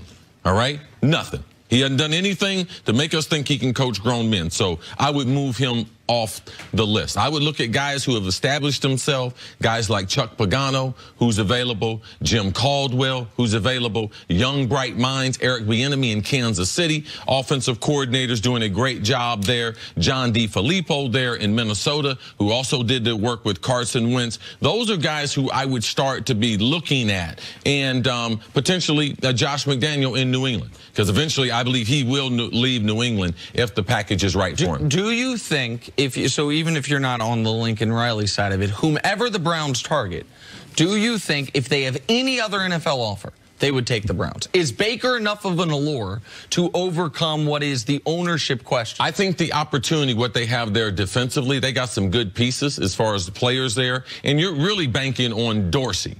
Dorsey as the general manager, all right, someone's going to take this job. Of course. And yet it still is a good job, because if you can get to 8 games, you can get to 7 games, the improvement. Other organizations, I believe, are going to have the same type of struggle. You're going to have to take a chance as a young coach if you're trying to get a job.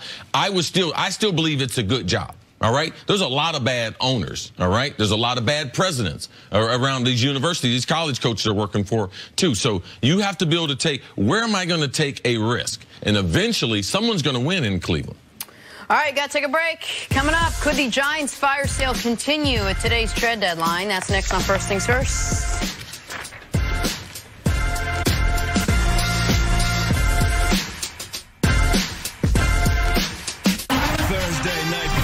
Kicks off live from Fox Square with the Thursday night pregame show. We got to thank you guys for showing up here tonight. Then Joe and Troy are on the call. How about this? Great move.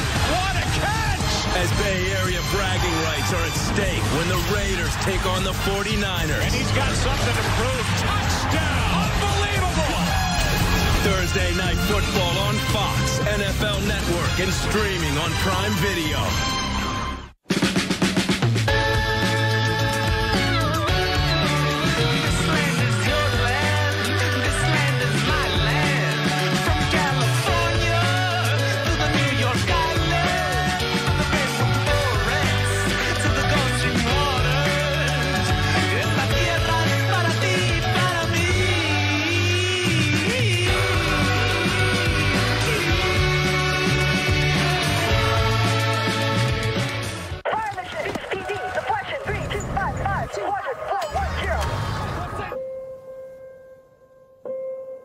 There are those who stand forever ready.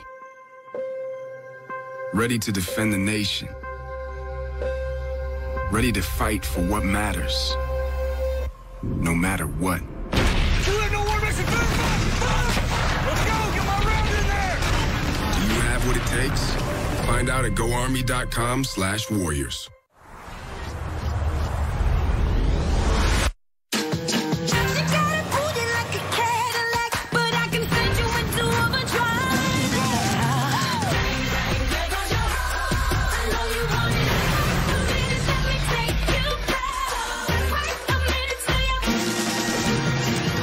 Unmistakable Cadillac XT4. Once again, driving is wonderful. Starting under $36,000. Right now, when you grab a $5 double chalupa box, you can enter for a chance to win an exclusive Platinum Xbox One X, only at Taco Bell. Put down the chalupa. Focus. Wrong button, buddy. Wrong button. There has seriously never been a better time to try our Sprint network. Because right now, you can get unlimited for just $24 per month per line for 5 lines. It includes Hulu and mobile hotspot. We need to shout this deal from the rooftops. Yeah. Sprint's new unlimited plan. Best deal ever.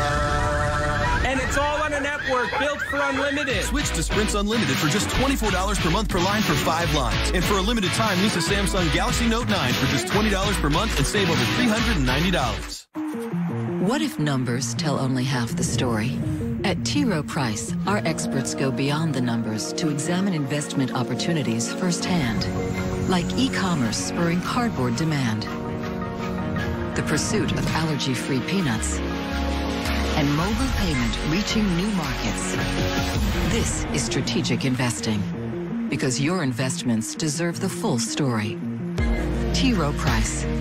Invest with confidence. I've got to tell you something important. It's not going to be easy. Quicksilver earns you unlimited 1.5% cash back on every purchase everywhere. Actually, that's super easy. My bad. I got a million ways to get it. Choose one. Choose one. Hey, bring it back. Bring it back. Now double your money and make it stack. Maybe I'm a Division I athlete, or a father of 2. Maybe I run marathons, or a startup. or nothing at all. Maybe what I do doesn't matter. Maybe all that matters is what I do next. Peloton. First Things First is sponsored by Gillette, the best a man can get. Man, so dramatic. Coach, you bring on the bat. Coach. Back here, First Things First, head coach Eric Mangini joins us. Good morning. Was that spooky enough it's for so you? festive here. So festive and spooky. Let's talk some Giants. Big Blue now a big disappointing 1-7, and thus have turned their sights on a little thing we like to call next season. Ahead of today's 4 p.m. trade deadline, Jay Glazer says the Giants have gotten decent offers for Odell Beckham Jr., and when asked if Eli Manning will be the starter after the bye week, head coach Pat Shurmur said, "We'll see." That's what I like to call a real vote of confidence.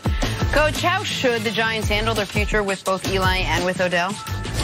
Well, with Odell, nothing can change. They just signed him to a huge contract. If they moved on him from now, the amount of acceleration from his signing bonus would be... It's $20 million. It'd be huge. $20 million. Coach, what does the acceleration mean? So it's spread out over the life of the contract, but as soon as you cut a player or trade a player, that all comes into the current year or to next season. And typically that number in the first year or second year of a contract is so big that you can't cut a guy, you can't trade a guy. And that's why when we talk about, you know, Odell being happy and all those decisions that go into it, is once you sign a player to a contract like that, they really have the leverage on the organization, as opposed to the organization being able to control the player or at least have some sort moderate his behavior. Yeah, moderate his behavior. Listen, I don't want to get too far in the weeds on this. I want people to understand. They absolutely 100% they wouldn't. They can't cut him. It'd be like $45 million acceleration if they cut him. The way his contract's structured, they could trade him. It would be $20 million accelerated against the cap this season immediately, and because they moved on from Snacks and Eli Apple, they could make that work. So it's on the board. It would be irrational. As an owner, I'd be pretty happy where I could have paid a guy $8 million, but I get to pay him $20 million, and then I have a salary cap hit. Right. I mean, if it was me, I'd be like, yeah, that's really good business. Let's do that. That's cost me another $12 million for a guy I could have got for 8, and I only played for 8 games. So if they make that decision, you know, there better be a lot of people. There's going to be a lot of will sees about next season. Well, that's almost exactly what I was going to say. Like, I understand teams calling about Odell Beckham. He's on pace for 1,500 yards this year. I understand why if I were a team and I needed a wide receiver, I'd be curious if the Giants want to cut bait. But it would be totally irrational of them to cut bait. Like, it's not like he hasn't been productive. He did the interview, which everyone hated. I understand that. And the team's been awful. But it's hard to assign much of the blame on the team being awful on him, at least more on him than on anybody else. And so if you were to trade him now, what it says is you have totally changed your opinion of the player in 3 months. And it's not like the interview should have shocked anybody, as far as, because like you said, once you are who you are, and usually getting money just exacerbates who you are, doesn't change who you are. So I understand why teams would call about Odell. I have no idea why the Giants would even consider trading Odell, particularly if they're going to be drafting a quarterback. What a quarterback's best friend could be is an elite wide receiver. Yeah, I'm going to put the Odell thing in the Lincoln Riley category. Only going to make one comment about it because I know it's not going to happen. Lincoln Riley's not going to be the coach of the Cleveland Browns. Odell Beckham is going to be on the New York Football Giants. That's a decision that they made months ago. Now, what are some of the other changes about Eli being the quarterback? Those things are possible, but Odell is with the Giants. If there's one thing, Barkley's going to be with the Giants and Odell's. Now, if you want something else, you can call. People have talked about it. If you didn't trade for Odell before the contract, you're not going to be able to get him in the first year of the contract. So I think there's other legitimate things that the Giants are going to have to do as far as wholesale changes. I don't believe Odell is going to be one of the changes. Well, the Giants get rid of Eli Apple. They get rid of Snacks. Clearly, they're in some semblance of rebuilding mode. Can you build a franchise around a wide receiver? Or does it look like there's a quarterback coming out that you could do that around? Well, I don't know if the starting point is going to be there, but they have made a significant commitment to him, and then they have that piece in place. So that's got to be part of the building process. But what I'd like to see or hear from is Dave Gettleman. We heard so much from Dave Gettleman prior to the season. He was pretty much interviewed every week, and he had a lot to say about where the team was going, why they were making the decisions they were making. I'd like to hear that now. A lot of times what happens is you get mid-season and the head coach goes out week after week and decisions are made, and the head coach goes out week after week, but the decisions aren't his decisions. They're coming from the top down. Maybe they're collective, but why don't we hear from him during the bye week? What are his thoughts about trading these players? What are his thoughts about signing the left tackle that he signed, about the once-in-a-generation back that they only run 13 times a game? Let's hear some collective thoughts about the progress of this team. Suddenly it's radio silence. Yeah, because the reason why he's not talking is because he doesn't have good things to say.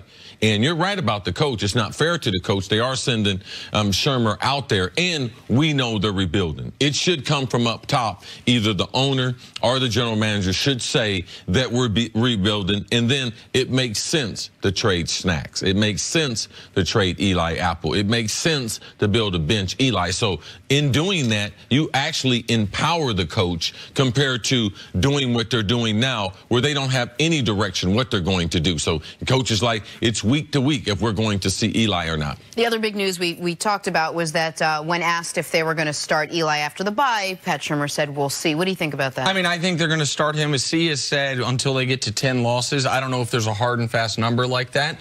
I think they will give Kyle Lauletta at least 2 games and no more than 4 games at the end of the year. But I do not think after firing the GM and the head coach and having all the controversy last year of benching Eli Manning, that after the bye, 8 games into this year, they're going to bench Eli Manning. It just feels like we're watching the same movie again. Yes. Where last year the head coach was pressured to bench Eli Manning. It was his fault. It was all Eli's fault. So they bench him. Then Eli becomes a sympathetic character, you know, where he has that role, and then the head coach gets fired, and now we're in the same situation where we may have to bench Eli Manning, or they're getting pressure to do that. You know, is it going to be the same deal? What about running the ball more? What about running the ball more than 13 times a game? You've got this back that you have he said Hall of Famer. He said my mom. Gettleman said my mom knows. She knows we're going to draft him. And his mom probably knows that he should carry the ball more than he's carrying right now. Because when you have a quarterback that's not mobile, being able to establish a running game, and is he great in between the tackles? No. But does he have a chance to hit a home run every time he touches the ball? Yeah, so keep giving him the ball to allow Eli the opportunity to build some play action off of that. And I would argue, if you take a running back at number 2, if the argument to taking him at number 2 is, we just thought he was the best player. It wasn't about quarterback, wasn't about position need. It was, we thought he was the best player. Then this whole, he's not great between the tackles, use his rookie year to see if he can become great between the tackles, or at least better than you thought between the tackles. Like a player of that caliber, I don't think we should say, maybe you disagree, Saquon Barkley will never be great between the tackles, just not in his skill set. Like, then he's a specialist. And you can't draft a specialist at number 2. Like, you have to draft the back that, yes, can hit a home run, yes, he can go catch the football, but also can be a guy when need be that you can hand the ball to between the tackles. Like, if anything else, you need to use the rest of this year to help Saquon take the steps towards reaching his full potential as a pro. Ever since kids were 8 years old, you give them the football, you know where they run to? The sides. Run to daylight. That's where running backs run to. And when you don't have holes to run through, you know where they're going to run? They're going to run outside. So when you have a bad offensive line, so you can say what you want about your running back, until they spend some capital and get that right, that offensive line, the quarterback, that's a second and third question, because you don't want to put a young quarterback behind that bad offensive line. So they got to spend some money on the offensive line and be able to get that right, because all the money they threw at the Nate Solder, I knew it. I knew he wasn't going to be a dominant run blocker. I knew he wasn't going to help them the way the Giants thought, but no one else was saying that. So the Giants have a number of questions they must answer, and a lot of it has to do with the talent. And you asked Jenna, is there this quarterback coming out of the draft? Because one thing that is true about the NFL in 2018, most teams, they might be wrong, but the vast majority of teams in this league think they have their quarterback. They've either drafted him in the last couple of years, or they're an older quarterback that isn't going away anytime soon. You would say the Giants are on the list that need a quarterback. The Bucs might be on the list. We'll see about Oakland. Oakland says they're not on the list. Jaguars should be on the list. Jaguars should be on the list, but they're not going to be drafting in the top 5, we don't think. But this might not be the year for it. The kid that everyone says would go #1, Justin Herbert from Oregon, not exactly a place known to be an NFL quarterback factory, he might stay in college another year to play with his brother the following year. After that, you're talking about Drew Lock from Missouri. Maybe your guy Haskins is going to come out, but as much as you like Dwayne Haskins, is Dwayne Haskins really going to be coming out early in the #1 pick of the draft? Like, is that what we're talking about? So even if they are deciding, which they clearly are, next year we're moving on from Eli Manning, where's the quarterback coming from, particularly if Herbert does not come out? I don't care about Haskins. I don't care about any of that stuff. All I care about is the next 8 games. They're in a bye week. What are they going to do so that the team knows they're committed to winning? You start trading away players. You don't give an explanation to it. Then there's going to be a bunch of players in the locker room who are going to make a business decision, you know, whether they play or whether they don't play. Yes. There's got to be a commitment to this head coach, to this program, to this philosophy, to where everybody's going to play. Everybody's going to play hard. Everybody's going to be committed to New York Giants over the next 8 games, or they're not going to be here. So forget about the quarterback next year. Let's make this team better right now, and let's see some tangible things that are different than what we saw the first 8 games. Coach is fired up. I love it. It's just like the quarterback. Yeah. Cue the bats. We're going to break. Coming up, new reports of Aaron Rodgers' reaction to Ty Montgomery's misstep. Wait till you hear what he has to say about that. Coach is fired up before. Now we're talking about Aaron Rodgers. Yeah, buddy. Jenna, to answer your question, you can start a TV show around a wide receiver, but you can't start an NFL franchise. Let me get back to that. Rat-a-tat-tat. Dap, dap. It's open. Hi. This is amazing. With moderate to severe ulcerative colitis. Are you okay? Even when I was there, I never knew when my symptoms would keep us apart. So I talked to my doctor about Humira. I learned Humira can help get and keep UC under control when other medications haven't worked well enough. And it helps people achieve control that lasts, so you could experience few or no symptoms. Humira can lower your ability to fight infections, including tuberculosis. Serious, sometimes fatal infections and cancers, including lymphoma, have happened, as have blood, liver, and nervous system problems, serious allergic reactions, and new or worsening heart failure. Before treatment, get tested for TB. Tell your doctor if you've been to areas where certain fungal infections are common, and if you've had TB, hepatitis B, are prone to infections, or have flu-like symptoms or sores. Don't start Humira if you have an infection. Be there for you and them. Ask your gastroenterologist about Humira. With Humira, control is possible. This season, keep your stories interessante, like Dos Equis, the beer whose label inspired the greatest comeback in history. Authentic Mexican cerveza.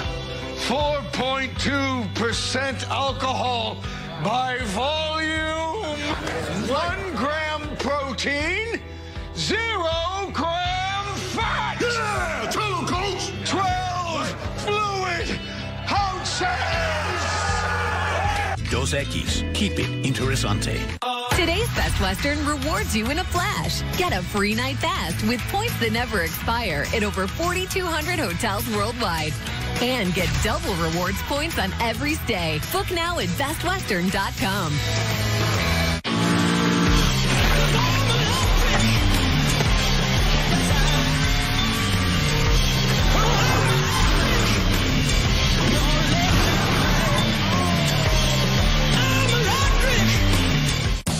Keep it clean with the Roomba Robot Vacuum. Only Roomba uses 2 multi-surface rubber brushes to clean all your floors. And with patented Dirt Detect technology, Roomba finds dirt throughout your home. If it's not for my robot, it's not a Roomba.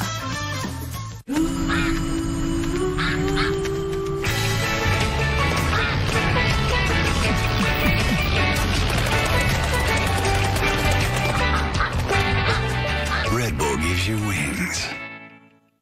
A once-in-500-year storm should happen every 500 years, right?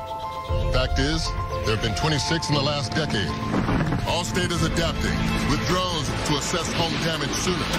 And if a flying object damages your car, you can snap a photo and get your claim processed in hours, not days. Plus, Allstate can pay your claim in minutes.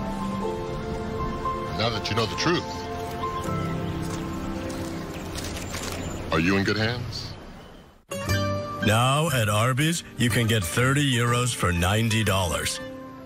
Or for those who aren't trying to cater a Greek family reunion, they're 2 for $6. Arby's, we have the meats. For sandwiches. Ready, Freddie? Let's do it. We need to get experimental. No one will play Queen. All over the place. Sing it!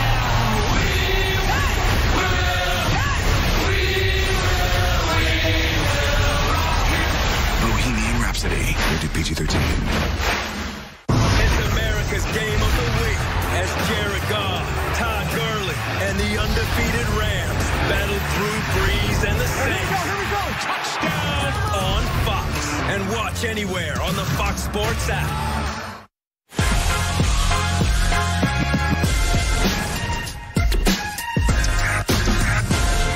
Here with Coach Mangini's Sunday's Rams-Packers game ended with Ty Montgomery taking it out of the end zone, fumbling, and denying us all of a potential Aaron Rodgers comeback. Reports are Rodgers was not happy when this happened, screaming for Ty to take the bleeping knee on the sideline after he fumbled. Some in the Packers locker room believe Montgomery went rogue. Sounds more dramatic that way. By taking it out of the end zone, even though Montgomery denies this. Coach, what do you make of the Rodgers frustration that we saw on Sunday? I actually feel that his frustration in that one situation was legitimate. The guy shouldn't have come out of the end zone. The question is Ty Montgomery a bad guy? Is Ty Montgomery a guy that historically defies what the coaches ask him to do? And the things that I've read, the things that I've heard is that that's not the case. So the fact that he took it out of the end zone and there was some confusion there, to me is more problematic. How was that not as clearly explained as possible, that there's time out before it happens, that you have a chance to huddle up and say, okay, this is what we're doing. So it's hard for me to look at Ty Montgomery and say, okay, this is a guy who clearly went rogue and did his own thing.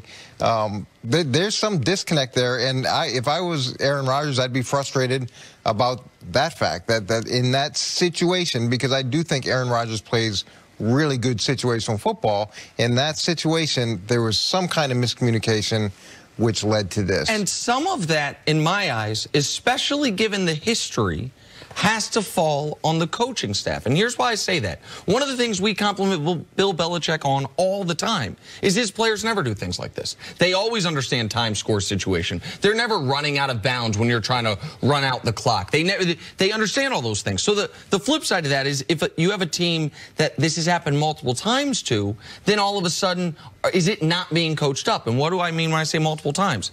How about the closest Aaron Rodgers has come to making a second Super Bowl? Do you remember what happened in that Seahawks-Packers game?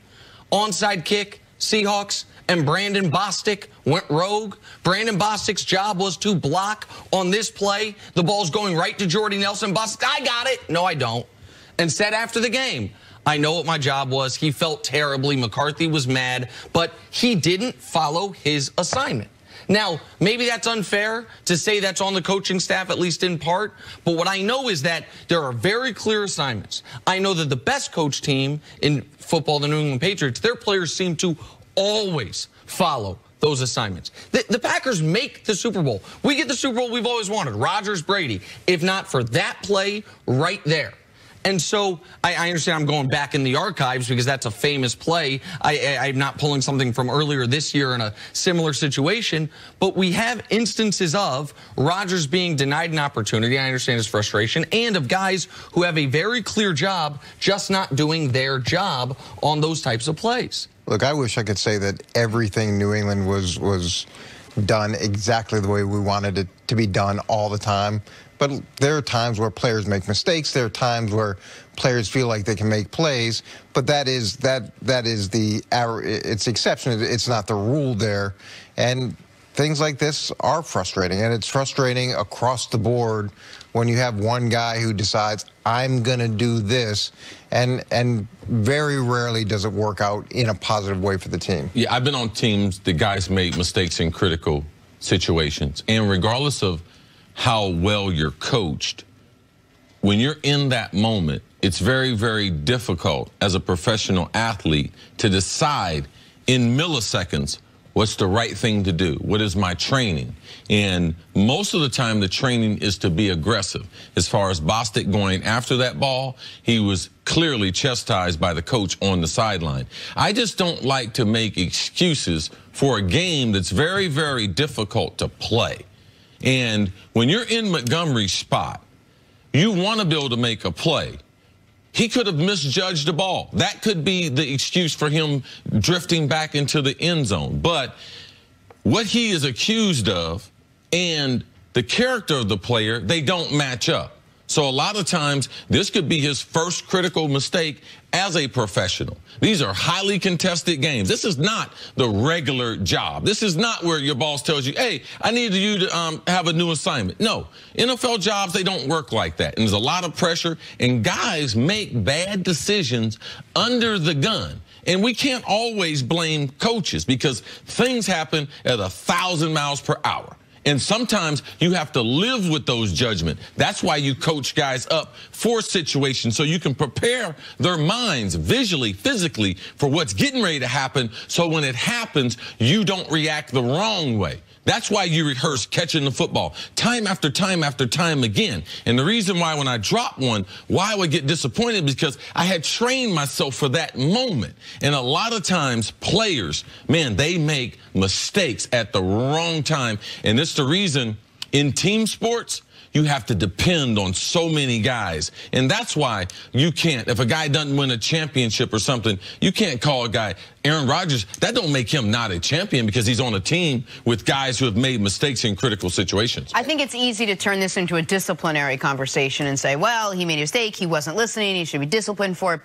But I think what you said is on the table. The game's going 100 miles an hour. He made a split decision, perhaps the wrong one. But there weren't a couple plays before that where he also Well, listen, I think one of the reasons people may be unfairly calling his character into question is, according to Mike Silver's reporting, a few series prior, he had, I don't know, I think it was described as something of a tantrum on the sideline because he was taken out of the game. When he was put back in the game, he missed an assignment on a block on a key third down. I haven't seen a really good player.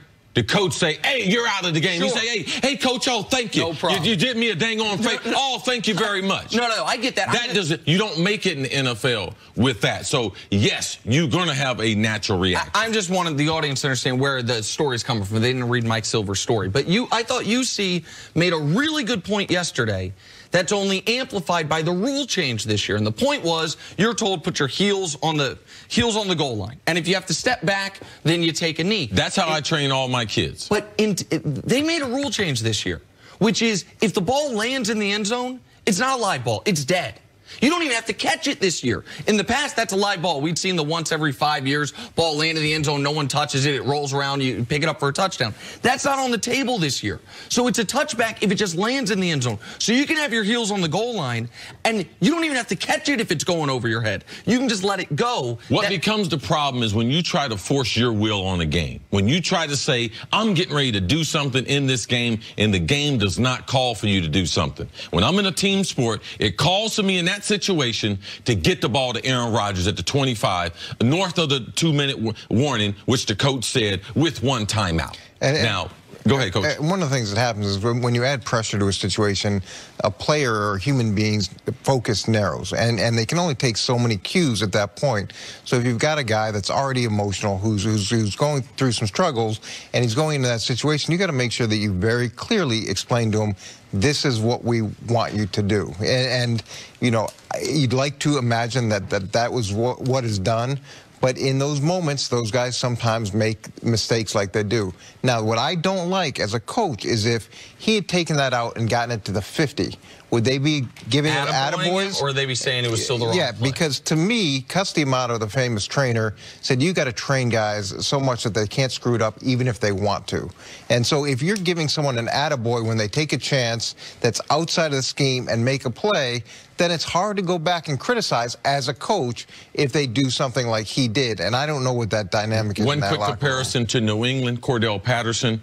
He brought out a kick out of the end zone in Chicago, fumbled it, ended up being a critical turnover. He did redeem himself and make a big play later on. But the philosophy for them this year, they're going to be more aggressive. It's a philosophy. But New England players, they make mistakes. Oh, for sure. So It does happen. It's just the philosophy in that situation should have been to take a knee.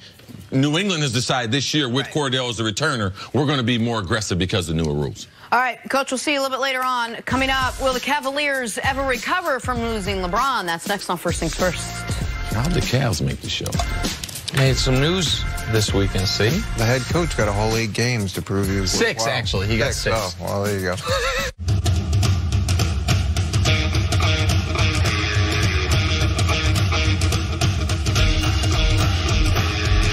We won't attempt to talk you out of your current car. A test drive will do the talking for us. The Volkswagen Drive to Decide event. Get a Volkswagen with America's best 6-year, 72,000-mile limited warranty. Get a $1,000 bonus on select 2019 Jetta and 2018 Tiguan and Atlas 2.0T models. Here's a good Halloween trick. Buy a bunch of Reese's. There you go. Turn off all the lights in your house. Yeah. And then just don't answer the door. Sorry, Reese's. Right now, when you grab a $5 double chalupa box, you can enter for a chance to win an exclusive Platinum Xbox One X, only at Taco Bell. Put down the chalupa. Focus. Wrong button, buddy. Wrong button. With Samuel Adams, we were always looking for the best hops. Out of 150,000 acres of hops in the world, these 16 are the best of the best. I can taste your middle fruit hops in every glass of Boston Lager. Do we really need to cross this river? Hey, you hear Metro PCS is now Metro by T-Mobile? What? Yeah, now their new plans have unlimited high-speed data all month long. No way. All on the T-Mobile network. I'm thinking about switching. Well, that's smart. I'm also thinking about taking that bridge. Get unlimited high-speed data for only $40 per line for 2 lines. All on the T-Mobile network. Metro by T-Mobile. That's genius. When the moon hits your eye like a big pizza pie, that's amore. When the world seems Applebee's new neighborhood pastas. Now that's eating good in the neighborhood. Dependability, honesty, integrity, just like in the military, at the Air Force Academy, and certainly for my family, my grandfather, those are the things I'm always getting when I'm dealing with USAA. You can always depend that you're going to be able to get someone on the phone. Those people are going to be friendly, and they're going to be able to help you with whatever you need done. You never feel like you're just a number. You always feel like an individual when you're dealing with USAA. I'm Joe Lombardi, and I'm a USAA member for life. USAA. Get your insurance quote today. Nebraska, Ohio State, Saturday at 11:30 Eastern. Live on Fox and the Fox Sports app. What happened to the real men of America? Today's average red-blooded American man has less testosterone than his father, and his father has less testosterone than his father. Before we suffer a full-on masculinity crisis, Force Factor is launching the Man Up America event. We want to send every man in America a complimentary bottle of the breakout supplement taking Walmart by storm. Test X180 Ignite, loaded with free testosterone-boosting manliness. Get your complimentary bottle by texting SPIRIT to 2020. During workouts, Test X180 Ignite raises levels of free testosterone in your body to help build lean muscle. Plus, it helps burn fat, fuel desire, and improve performance. Now you can continue to feel like the real men that made this country great. Do yourself a favor. Do America a favor. Text SPIRIT to 2020 for your complimentary bottle. That's a complimentary bottle by texting SPIRIT to 2020. Bay Area bragging rights are at stake when the Raiders take on the 49ers. Touchdown! Thursday Night Football on Fox, NFL Network, and streaming on Prime Video. On Saturday, the 8th-ranked Buckeyes are looking to get back in business against Nebraska, 11:30 Eastern. Then Big 12 contenders West Virginia and Texas clash at 3:30 Eastern. That's coming your way Saturday on Fox, or watch anywhere on the Fox Sports app. Man, make sure you watch that West Virginia-Texas game. You might get a football game for the first 3 hours and then a coach fight at the end. You never know. No, watch that Ohio State. I might be having some people over my house to watch the Buckeyes game. We're going to put a beat down on Nebraska. We will get to LeBron in a second, but first, Monday Night Football, Patriots, Bills, Rob Gronkowski with a great sideline catch, managing to keep, look at this, both feet inbound. Man, but this was Gronk's biggest play of the game, one of the Pats' biggest plays of the game when the game's still in doubt late in the fourth quarter. I would have challenged as well. I don't blame McDermott for challenging it here. So this is one of the things that makes Gronk so special. His catch radius so big. You can't guard him outside the numbers. What other tight end can you line up outside the numbers? Throw him a fade against a corner, safety, linebacker. Don't matter. Not a big fantasy night for Gronk. On to the NBA. Bulls rookie Wendell Carter posteroids his Jordan Bell. Listen, I'm all for giving some rookies, that especially under the radar rookies, even though it's top 5 pick Wendell Carter, some run in the show. But when you give up 52 to a guy in 26 minutes like they did Klay Thompson, I don't know if the Bulls deserve to be in this show. I don't know which is more impressive, the 52 they gave up to Klay or the 92 they gave up the first half. I don't know how they made the show. Who did that?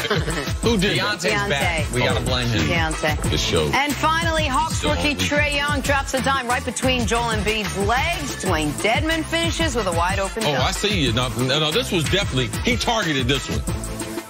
Where'd he go, see? Through the what? You say the 5-hole? There you go. Oh, shoot. Through the 5-hole. I got to get them numbers right. A little nutmeg. Good game for Ben Simmons, who didn't make the highlight. Near triple-double for Ben Simmons. How many jump shots he makes, see? 0. Yeah, that's accurate. Come on, every night. I ain't even got a stat sheet. I love it. That's accurate. I might have been wrong about Ben Simmons developing a jump shot this offseason. How about them Cavaliers? After losing their entire team last season in LeBron James, and after starting this year 0-6, the Cavs fired head coach Tyronn Lue. Bit of a head-scratcher considering they did lose LeBron, and Lue won the 2016 NBA title and went to the finals all 3 seasons at the helm. Regardless, he is out of a job this morning. Here is LeBron on his former coach. I had, 3.5, 4 years of great years with Coach Lue and that team that we was able to put together. He put us in position to win. He put us in position to succeed. And then, more importantly, he gave all the onus on the players. So he gave us the responsibility to go out and do what we need to do to win ball games. And and that led us to 3 while he was at the helm. 3. Eastern Conference Finals, 3 finals, 1 championship. So got a lot of nothing but good stuff to talk about, Tilo. But that whole situation is beyond me. Cece, what was your reaction to the Cavs firing Ty Lue? I went out on Canal Street and I got me some bags because I'm giving away a lot of my clothes and everything because I lost a little weight and then also fashion forward. But I got all my Cavs gear. I've been cheering for the Cavs for a minute. My boy Ron Harper played for the Cavs back in the Ohio. day. LeBron, since the time they drafted him, man, all Cavs gear. I got Cavs sweats, jerseys, hats, everything. I put it all in one bag. I'm headed over to Career Gear later on today. They get ready to get all my Cavs stuff because Ty Lue was the last thing. I like Ty Lue. I don't believe he's a great basketball coach, but I believe he did right by that organization. By going against one of the greatest teams ever put together, what Ty Lue, what he put this organization with LeBron, like, look at those players without him. Now, you can say LeBron and everything. Haven't won a game. But you got to give this coach some type of credit to be able to manage those situations. So, wasn't good news for me, so I packed all my stuff up. I'm like JR and them. I ain't got no shirt on. I can't wear no Cavs gear. I ain't got no Cavs gear. I'm done with the Cavs, Jenna. The people over Career Gear, you're getting ready to get a Cavs stuff. I would like to be the first person to publicly congratulate Dan Gilbert. Got your team back, bro. Last year you were saying privately, it's reported, can't wait for LeBron to leave. Get your team back. Well, now LeBron's gone. Got rid of Ty Lue, most successful coach in the history of Cleveland. Not the Cleveland Cavaliers, Cleveland, the city. You got rid of Damon Jones, too, just because he's LeBron's guy. Sure, no problem. You're the worst team in the NBA. Greg Popovich would have been 0-6 this year with this Cavs team. I was saying it last year. I was saying it this offseason. I saw Vegas set the over-under at 31.5. No chance. This was a 20-win team last year that LeBron carried to 50. And so that's the level of talent on the roster. To put this at the feet of Ty Lue is an abomination. And I can tell you for a fact. Yeah, I don't think them firing them, they're putting it at the feet of Ty Lue. It just lets you know the overall dysfunction. Like, you don't go to 4 straight finals and then after 6 games decide he can't coach anymore. Well, that to me, like that there was. What are they doing? He and Kobe Altman never got on the same page. Kobe Altman wanted them to play the young guys more. Ty Lue was partial to the veterans, or else, I mean, because if it was something we just wanted to turn the page entirely, you do it in the offseason. Before the season It's a difference in philosophy. But here's the reality: that last year's Cavs, as great as LeBron is, they were going to go the other way. I was going to have to eat more crow on this television show than anyone's ever done, because they could have missed the playoffs. Talk to guys, veterans on that Cavs team. Ty Lue kept them together. When LeBron was touch and go, when LeBron maybe was losing touch on the season, Ty Lue kept them together. He took over a team mid-season 3 years ago and led that team. I think people forget to he takes over mid-season. Leads him to an NBA Finals. Your bad decision by hiring David Blatt. He takes over under very adverse circumstances. NBA Finals down 3-1. They win the championship. Go ask people what happened in the locker room of Game 7 on the road against, up to that point, the greatest team ever. Ty Lue challenging LeBron. We need more out of you, LeBron. We need you to be better, LeBron. LeBron getting mad, going to James Jones, saying, what's he talking about? And James Jones saying, Ty is right. And then they win the title. How about last year? You lose Kyrie Irving right before the year. Your trade haul for forces his way up. Is terrible. You have to remake the roster 3 times. Kevin Love leaves the team. Ty Lue has to briefly leave the team due to health issues. Comes back. What do?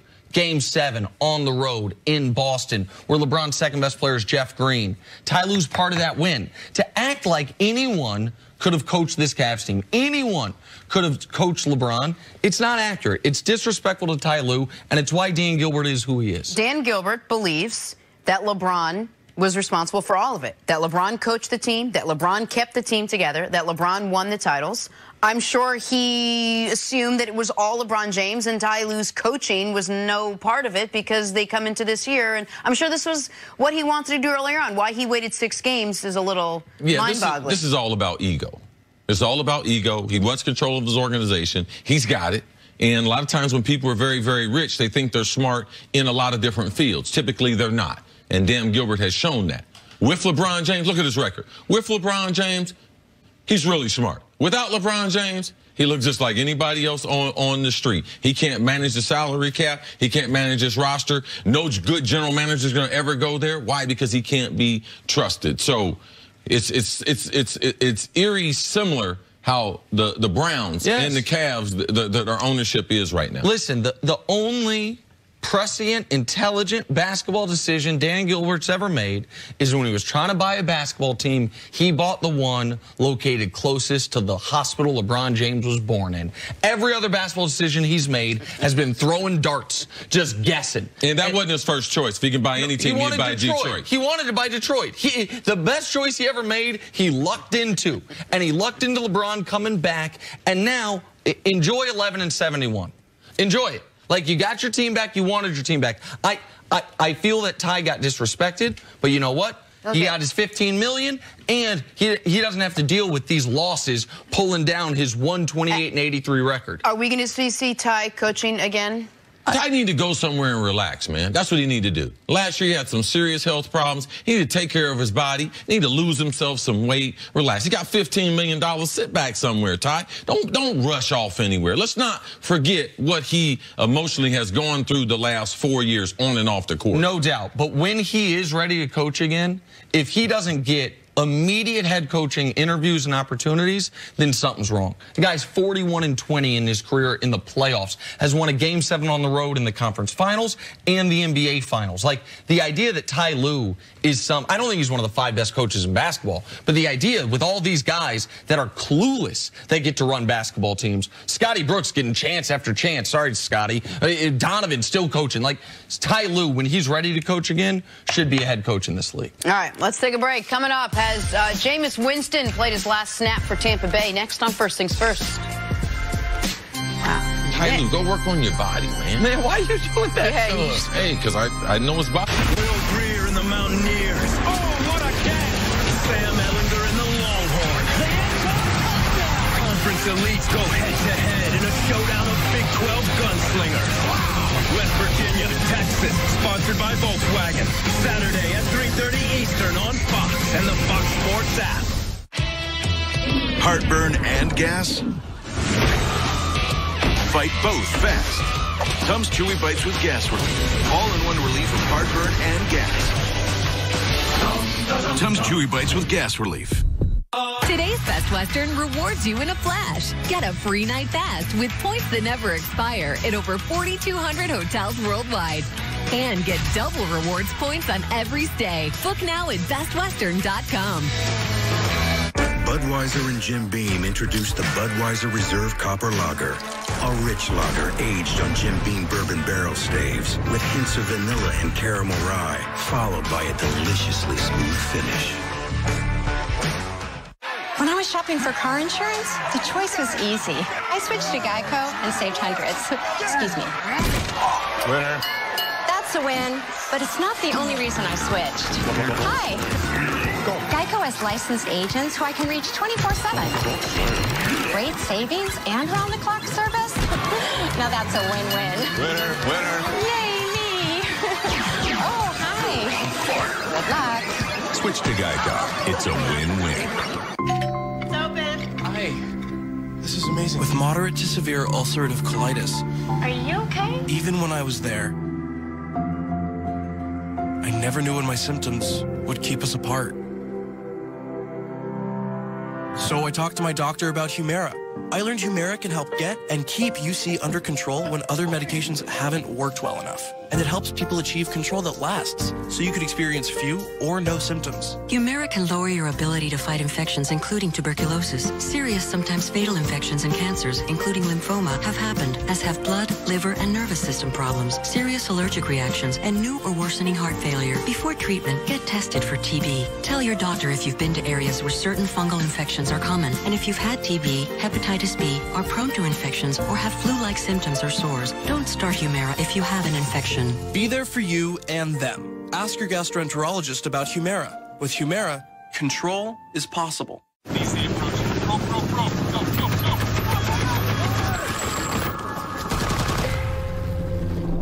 There are those who see the challenges facing the nation and say, send me. They fight for country. They fight for honor. They fight to win. Do you have what it takes? Find out at goarmy.com/warriors.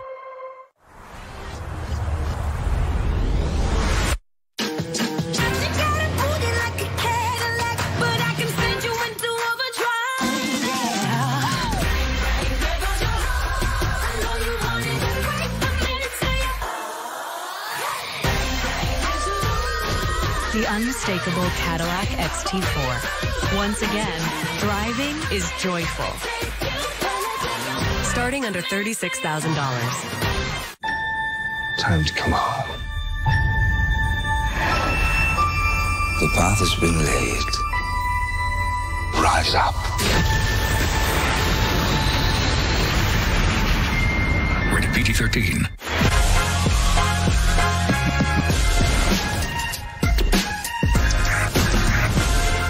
Welcome back to First Things First. We are going viral. Check this out. Celtics teammates Kyrie Irving and Jason Tatum getting in some work after practice yesterday. So you always talk about how they don't really get a chance to practice in the NBA. How important are these types of things for a guy like... I'm sorry, did Kyrie make it? Oh, that's the same amount of shots as he made Friday night. That's dope. Good for him. Go ahead, Cecil. Nobody laughed. Go ahead. It's very important, Jim. This guy. What? Everything comes out of Boston is spicy out of his mouth. Oh, spicy mouth man. Oh, man, Jim. I'd love to be able to see him get that little work because it's a huge part of it. They're not going to do a lot of running up and down the court, but it's a lot of isolated individual. And Tatum has grown his game. He's the best player on the Celtics. Yeah, Tatum could teach Kyrie some things. Look, it's amazing. It's amazing we saw it. Look, there's 37,000 reporters around someone who I can't see, and then these two are like, you know, this is when we can get some practice. They're around Danny. No. They're around Brad Stevens. Oh, Nick you're full of shade today. Oh, very well could have been Danny Ainge. I'm glad that was shade. I was like, what's happening? Is that not shade? No, you got it right. I thought you were going to say I'm full of suck. Yes, that would have been my second favorite lady on the show behind the British lady. It's like Jenna. The one that flames Nick. Let me spell it for you. Hot like Klay Thompson. Flame him. Shoot that three, Jenna. Stories to start your morning, sponsored by Gillette Clear Gel. Klay Thompson went off last night. 14 3-pointers. That's an NBA record. Also scored 52 points in 3 quarters of action as the Warriors dismantled the Bulls 149-124. How impressive was Klay last night, Nick? Here's how impressive Klay was last night. Is this one of his 3 best scoring performances ever? What does it displace? The Game 6 against the Thunder, the 37-point quarter, or the time he scored 60-plus through 3 quarters? Like, it's got to place with this guy. When he catches fire, he's the best I've seen. When he catches fire, I've never seen someone quite like him. It's pretty special. Jenna, 56 dribbles. It only took to score 52 points. He had the ball actually 96 seconds. That's all shooting. 96 seconds. 96 seconds. That means he's getting it, shooting it. A couple dribbles, shooting it. Behind the pick, shooting it. It was an awesome performance. Happy for Klay. He was off to a slow start after being cold all year. Yep, exactly right. The Lakers lost to the Timberwolves last night. Jimmy Butler, 32 points for Minnesota. Lakers fall to 2-5. CC, what has to change for the Lakers now moving forward? Well, I had my scout at the game. My daughter, Monterey, she was sitting in row 6. She lives in Minneapolis. She was doing a little scouting for me, so a little sourcing. What Monterey said? Monterey said that late in the game, they don't know what they're doing with the ball, Daddy. They don't go to, when we used to have season tickets in Miami, they used to have a couple things. They either go to Dwayne Wade, a little pick and roll, or LeBron, they put him in the corner, then they isolate him. They don't know what they're doing, Daddy. I was like, oh, girl, you're good. See, grew up around basketball, around LeBron. She knew it. They ain't got no way to close out the games. And listen, that's Monterey Carter's scouting report. A few things. Yes, they need to get better. Every loss this year, they've been right there. 2 points in the final few minutes or a smaller deficit, and they haven't been able to close it out. So that's a problem. Their defense on dominant post players, LaMarcus Aldridge gave them work twice. Yes. Karl Anthony Towns gave them work last night. Also, LeBron had a bad turnover late. His ball handling, he's never been a great ball handler. Only great for his size. But his ball handling this year has been shaky. They ended up being able to, despite the turnover, cut it to 2 with 1:20 left, but they couldn't close. Another loss for the Lakers. All right, shake up for the Dallas Cowboys. They fired their offensive line coach, Paul Alexander, on Monday. The Dallas Cowboys are 3-4, and they'll try to make a playoff push starting Monday night against Tennessee. Chris, you surprised by this move? I really am, because I don't know how you're going to improve as an offensive line. It's where they've spent the most amount of money. It's also where they spent the highest draft picks. It's the best group that they have on the team. Now, I could see that the standard for them to be very, very high because they have so much talent. But how do you get better as you're in the season firing the offensive line coach? It's a little puzzling to me. Cece, who's the coach of the defense on the field? The middle linebacker. Who's the coach of the offensive line on the field? The center. And he's gone. Yes. So maybe what they've learned through 8 games is Travis Frederick, in addition to playing his position at an all-pro level. Okay, that's a great observation. That he has been coaching up on the field. You make sure you got this guy. Watch this check. And without him, they're seeing not only lesser play at the center position, but the other guys, so they thought they could get better. But what's jarring about this, Jason Garrett's never on his staff had a mid-season firing until this one. So they saw something on film they did not like. All right, finally, the Patriots have won 5 in a row, but they may not be done improving their offense. According to reports, New England is interested in trading for a wide receiver and particularly interested in the Lions' Golden Tate and Broncos' Demaryius Thomas. See, should the Patriots try to get another wide receiver?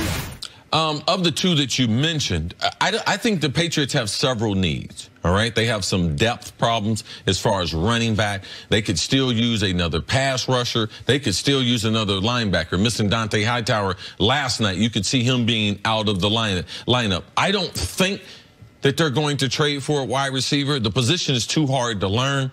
I talk year after year, year after year about the Patriots system. And offensively, it's very, very hard for wide receivers to be able to learn that. Now, Golden Tate has the type of skill set. He'd be so deadly for New England. But I worry more about his personality. He is a very outgoing guy. He has a good time on the field. He showboats a little bit. Like, I don't know if he's a Belichick type guy. He could play for my football team. Demaryius Thomas is very, very limited. He's deteriorating as an athlete. I don't believe he's a great deep threat down the field. So I don't believe they're going to make a move, but there's a lot of noise. I believe they'll be active. I just don't believe they'll get another wide receiver. The Pats are known to be involved in trades during the season. Yes. It's usually trading guys away. It's trading Jamie Collins away. I can't remember Chandler Jones. Like, it's moving on from guys. It's rare that during the season they bring in via trade a high caliber player. Now, I know they just during the season brought in Josh Gordon. That seemed to be like almost an anomaly situation. That fell on their doorstep. Right. He was going to be cut. They got Josh Gordon and a 7th for a 5th round pick. So, I mean, they gave up as minimal draft capital as you can get up to get a potentially really good player. Here's my question about Golden Tate, because I'm not that interested in Demaryius Thomas. I am now of the belief Demaryius Thomas at his apex was mostly a creation of Peyton Manning playing some of the best football we've ever seen, because since he left, before his athleticism fully declined, you saw his production drop off a cliff. But Golden Tate does most of his work from the slot these days, right? Like, that's where am I wrong about that? He does most of his work from the slot, but he's not a slot receiver exclusively. Okay, so that's... He's played outside an awful lot, and he's got the speed, the burst, and his releases off the line of scrimmage. So he's not challenged athletic. Okay, because Edelman can only play the slot. So I want, if they were going to bring in Golden Tate, he would have to essentially move to the outside, but you're confident it's something he can do. Yes, absolutely. Okay, and as far as would I do it, it's not what I would target. I would target a running back if I were them. With that said, if the reports are right and you get Golden Tate for a mid-round pick, if you can get him for a 4th round pick, take it. Even if it takes him a month to learn, it'd be worth a flyer to me. Now, I don't know why Detroit, I know he wants a new contract, but I'm a game out of the playoffs if I'm Detroit. If I get a 1st round pick for Golden Tate, then sure, I'll make my team worse for the opportunity to make my team better this offseason. But for the 120th pick of the draft, I'd rather have the final half season with Golden Tate, see if we can make the playoffs with Matt Stafford. All right.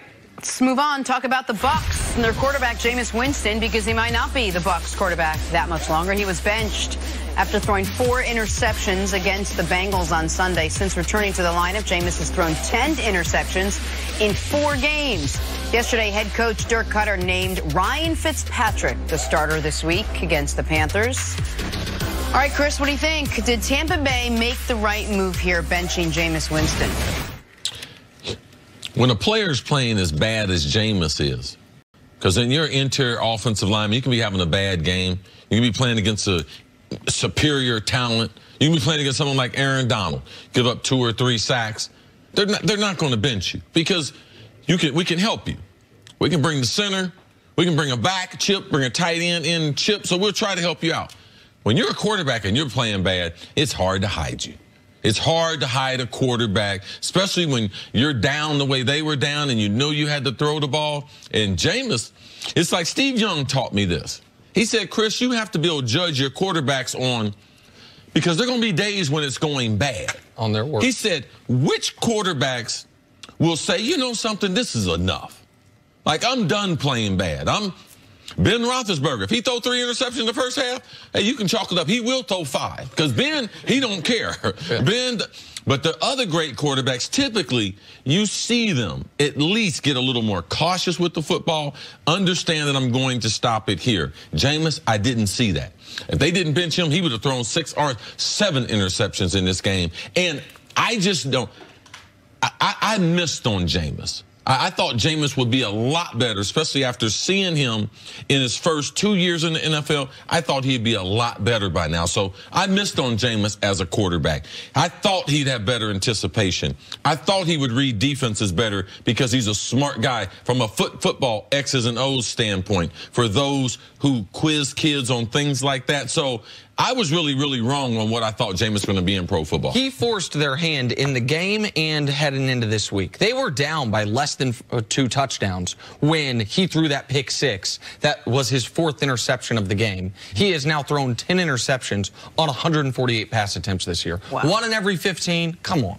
Like, you are not giving your team a chance to win. And by the way, I watched Jameis's last year at Florida State. The year after they won the championship, turned the ball over too much. Every year as a pro, turned the ball over too much. And Dirk Cutter doesn't want to do this. They got rid of Lovie Smith because it was Lovie Smith, who I didn't think deserved to get fired. They got rid of him. Why? Because Dirk Cutter and Jameis had this amazing bond. Dirk Cutter's going to get the most out of Jameis Winston. Dirk Cutter knew going into this year, the only way I keep my job is Jameis Winston is successful. Yes. And he can't even play him anymore. Like, so I already had been skeptical of Jameis as far as the person he is off the football field.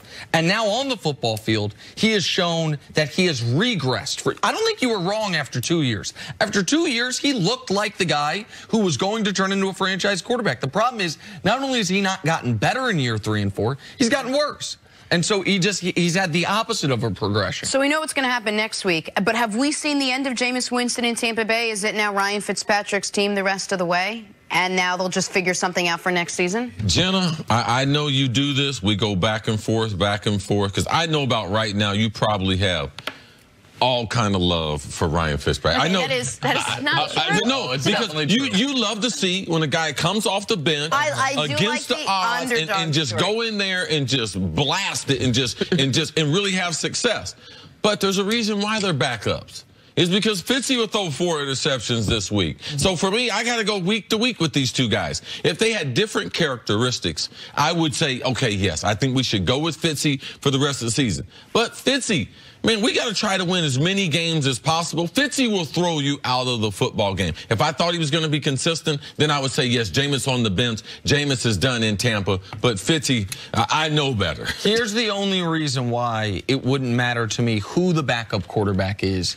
I wouldn't play Jameis again this year. Jameis has a 5th-year option coming up for $21 million. It is guaranteed for injury only. They can move on from Jameis, $0 against their cap this offseason. Unless what?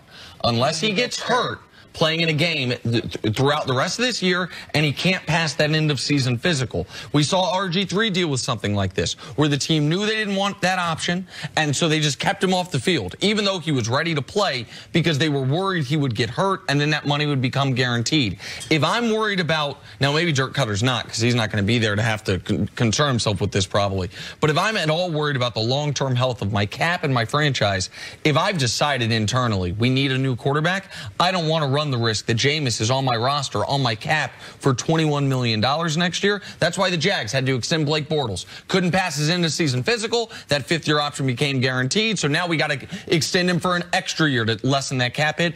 I don't want to run that risk with Jameis. I don't let him play for my football team again. Ryan Fitzpatrick. Coming up, what happened? That's cool. I like it. I like it. Was firing Hugh Jackson good news for Baker Mayfield? We'll talk about that next on First Things First. What happened to you just being on Steph's corner? Steph Curry. Right. No, I know which Steph. Okay, I thought you might think I'm also on that corner. Yeah. You're on both those corners. I like Steph Curry. Steph Curry's corner. Yeah. So he's Mayans on FX. Critics hail. It's exactly what Sons of Anarchy fans have been gearing up for. Authentic. A refreshing rush. Buckle up and enjoy the ride. I'm on it. Mayans. All new tonight at 10 on FX. See it ad-free. Upgrade to FX Plus. This season, keep your stories interessante, like Dos Equis, the beer whose label inspired the greatest comeback in history. Authentic Mexican cerveza. 4.2% alcohol by volume. 1 gram protein, 0 gram fat. Yeah, tell him, Coach. 12 fluid ounces. Dos Equis, keep it interessante.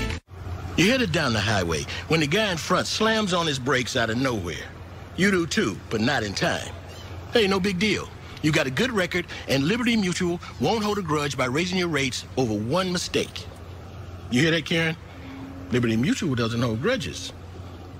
How mature of them. For drivers with accident forgiveness, Liberty Mutual won't raise their rates because of their first accident. Liberty Mutual Insurance. Liberty, liberty, liberty, liberty.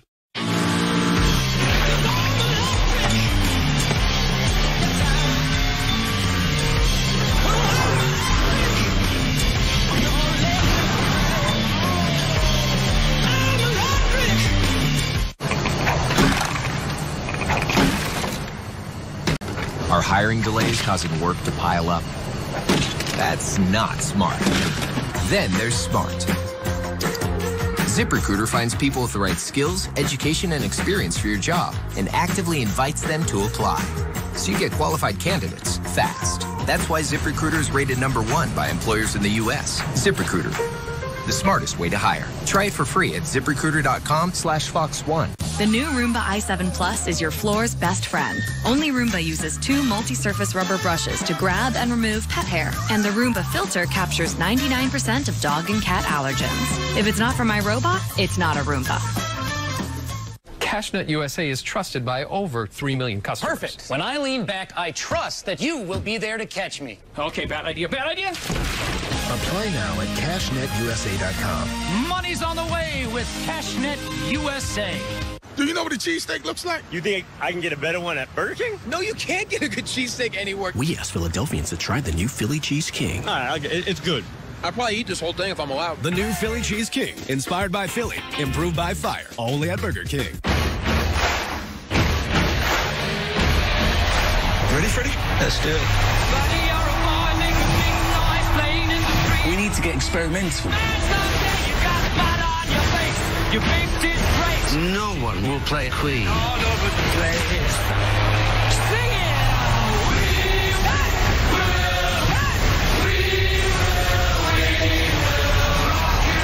Bohemian Rhapsody, rated PG-13. Let's go, top it down.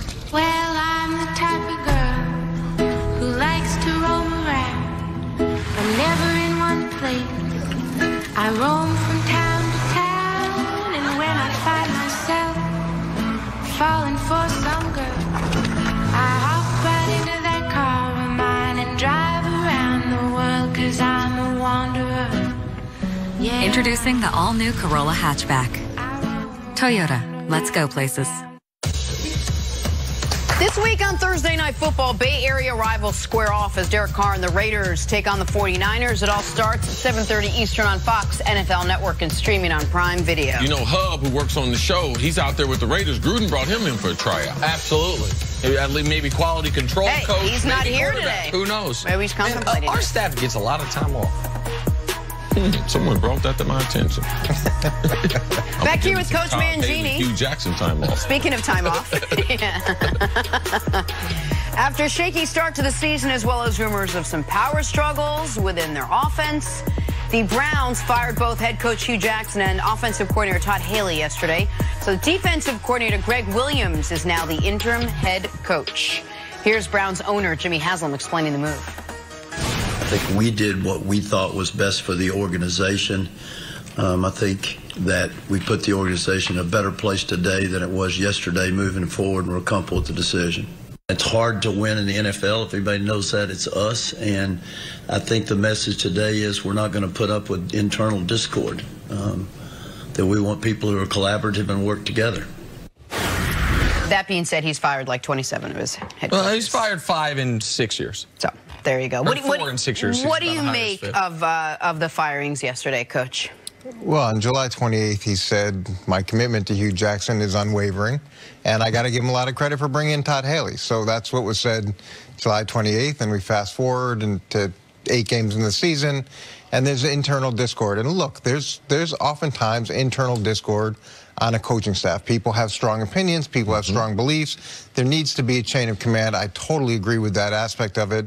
But did they sit down with the GM, the head coach, the offensive coordinator, and the owner and say, look, this needs to stop? Was there anything, was this addressed prior to making this move, or was it just accepted that there's internal discord and we have to move on? And the idea that this is a better situation for Baker Mayfield, I don't know how that's possible. Look, hopefully Freddie Kitchens does a great job. It's his first time as an offensive coordinator, but you're sending years and years of offensive experience out of the door. And say what you want about Hugh Jackson, say what you want about Todd Haley, but to make the argument that from a developmental standpoint or from a football knowledge standpoint that Freddie Kitchens and the new group is going to be able to push Baker Mayfield forward in a way that the other two guys could, I don't see it. I do not see it. I think it's crazy to fire them both. Like, I understand, and I mean, we were talking yesterday that the only coach with a worse record than as a head coach in the NFL than Hugh Jackson historically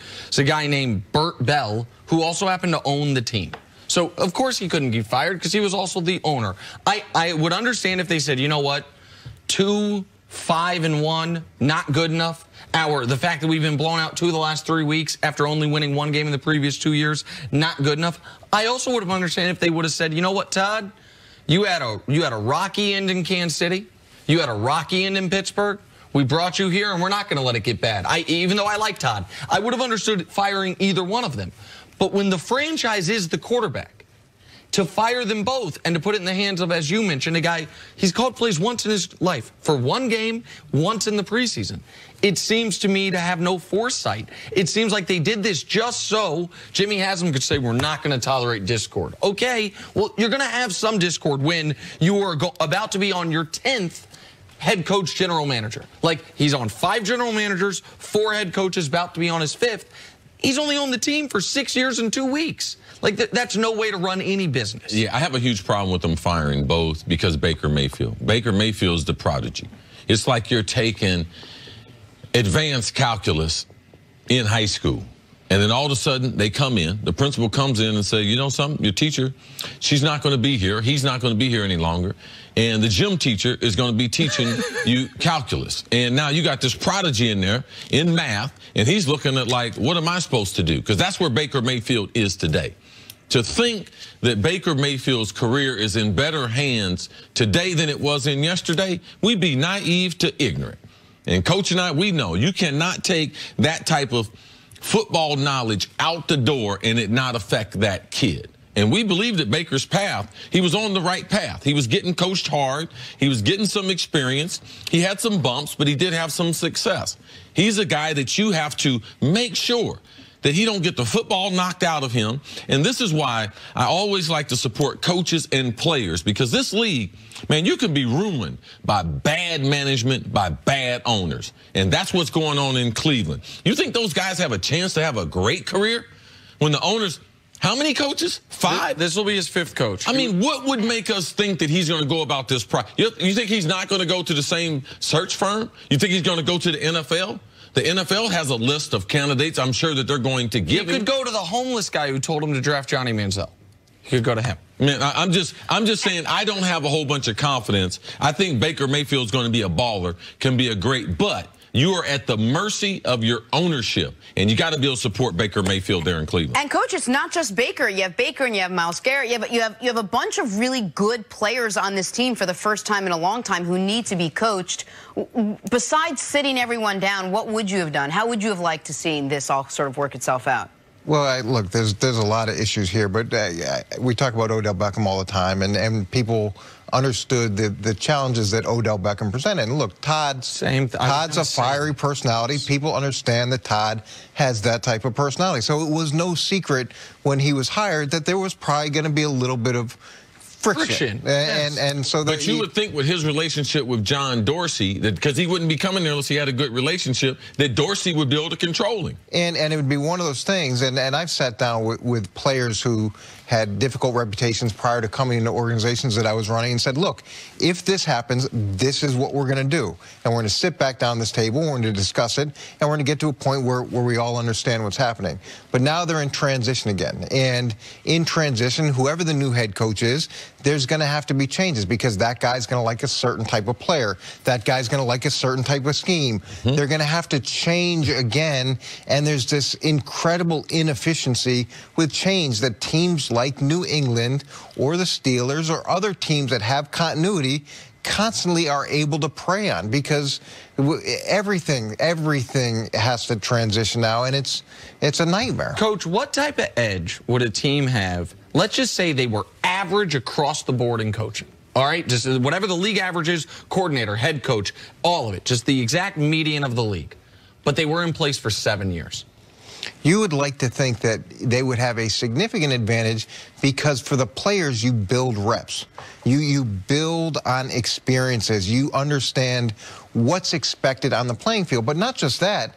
There's the component of the scouting department, the free agency operation. Scouts know what they're looking for. There becomes an efficiency there. It's the same thing with free agency, that you can utilize the salary cap in ways that you can't when you're changing all the time. There becomes a trust factor, too. I remember when we got Chip Myers as a wide receiver coach. He was a 6'5", former wide receiver. And he taught me a lot about coming out of my breaks. And after he taught me that, man, I trusted him with anything. I was excited to come to work. I was like, Chip, what do you have? So when you have that experience together, that coach knows what I can do, but that coach also knows what I can't do, and we're going to trust each other more than this continuing turnover that they have like in Cleveland. And I'm not advocating that Hughes should have stayed with the record that he had, but they should have probably made that move last year. Not at this point. You get into 8 games into the season, and now it's a thrown-away year. The new head coach comes in, and the last time he coached was 2003. Right. It's worse than a thrown-away year because if I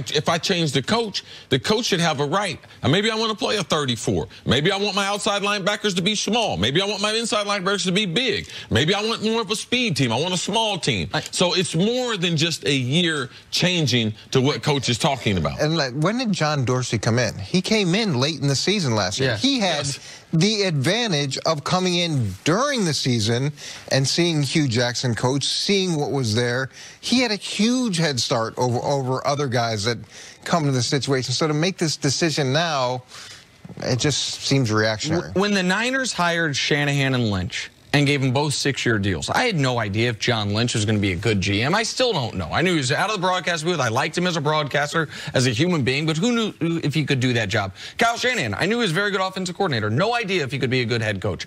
But I loved the idea if I'm San Francisco, they're both on 6-year contracts together, and you're going to have the continuity. Look across the state if you're Cleveland to Cincinnati.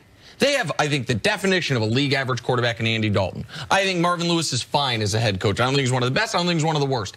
You know why they don't bottom out? Because of that continuity. They're 5-3 right now, Cincinnati Bengals. The Browns would swim across whatever Lake Erie for 5-3 right now in the season. And so, I mean, you're not gonna get anything close to the peak of your talents if every 2 years you're going through this. And look, the 6-year contract, that was more of a PR thing than I think a real commitment, because all those contracts are written in pencil anyways, and paying off coaches like a rounding error for most organizations. So it was a nice idea. Let's see whether they actually commit to him for 6 years if they continue to struggle like they do. But the idea of changing every year, it's futile. It's futile. And it probably takes a toll on the players. Absolutely. Exactly. All right, Coach, stick around. Coming up are the Patriots, looking like the best team in the NFL. That's next on First Things First. They asked Hugh, you can keep your job if you can swim across there. And you said, we are tropical people. What did he? Right now, when you grab a $5 double chalupa box, you can enter for a chance to win an exclusive Platinum Xbox One X, only at Taco Bell. Put down the chalupa. Focus. Wrong button, buddy. Wrong button. Is it too early to start celebrating Halloween? Well, if you're celebrating by eating Reese's, then no. You're actually late. Not sorry, Reese's. I've got to tell you something important. It's not going to be easy. Quicksilver earns you unlimited 1.5% cash back on every purchase everywhere. Actually, that's super easy. My bad. With Samuel Adams, we were always looking for the best hops. Out of 150,000 acres of hops in the world, these 16 are the best of the best. I can taste your middle fruit hops in every glass of Boston Lager. CashNetUSA.com, man. I help when money's tight. If approved, you may get the money you need as soon as tomorrow. Apply now at CashNetUSA.com. Money's on the way with CashNet USA. Today's Best Western rewards you in a flash. Get a free night fast with points that never expire at over 4,200 hotels worldwide. And get double rewards points on every stay. Book now at bestwestern.com. It's open. Hi. This is amazing. With moderate to severe ulcerative colitis. Are you okay? Even when I was there, I never knew when my symptoms would keep us apart. So I talked to my doctor about Humira. I learned Humira can help get and keep UC under control when other medications haven't worked well enough. And it helps people achieve control that lasts, so you could experience few or no symptoms. Humira can lower your ability to fight infections, including tuberculosis. Serious, sometimes fatal infections and cancers, including lymphoma, have happened, as have blood, liver, and nervous system problems, serious allergic reactions, and new or worsening heart failure. Before treatment, get tested for TB. Tell your doctor if you've been to areas where certain fungal infections are common, and if you've had TB, hepatitis B, are prone to infections, or have flu-like symptoms or sores. Don't start Humira if you have an infection. Be there for you and them. Ask your gastroenterologist about Humira. With Humira, control is possible. Really?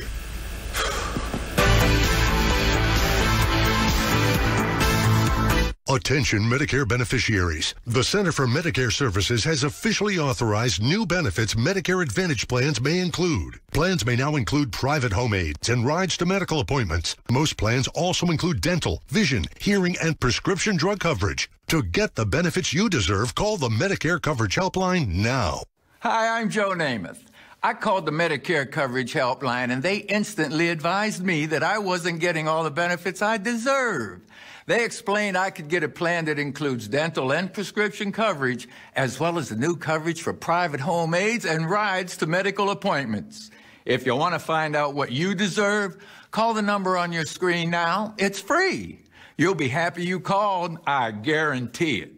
Call to see if you can save money and get more benefits now. Don't delay. Call now. It's free. Call 1-800-993-3289. That's 1-800-993-3289 now.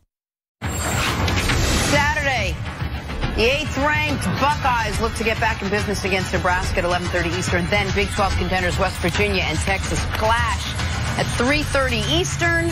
That's coming your way Saturday on Fox, or watch anywhere on the Fox Sports app. Buckeyes putting 60 on Nebraska. I'm watching at your house, C. Big party at C's house this weekend. Huge college football Saturday. Yeah, no problem. Come on over. Coach Mangini and I, we're gonna watch from the gym. Speaking of which, he's still here with us. We're talking Monday Night Football, fourth quarter. Pats don't have a touchdown yet. Brady found Chris Hogan, who takes it all the way down to the 1. Next play, that was James White, who rushed it in for the score. Pats up 18-6. Bills quarterback Derek Anderson mounting the comeback. That's not what a comeback looks like. That's a pick 6 to Devin McCourty. Patriots win 25-6. They've now won 5 in a row. All right, Coach, what did you make of the Patriots struggling to put away the Bills last night, but in the end, putting away the Bills last night? Yeah, the Bills have played some games that are surprising. The game against Minnesota obviously was an extremely surprising game. They've got the ability to do that, and it's a Monday night game. It's in Buffalo. It's the first one for a long time. There's a lot of motion behind it. Retiring Thurman Thomas's number at half.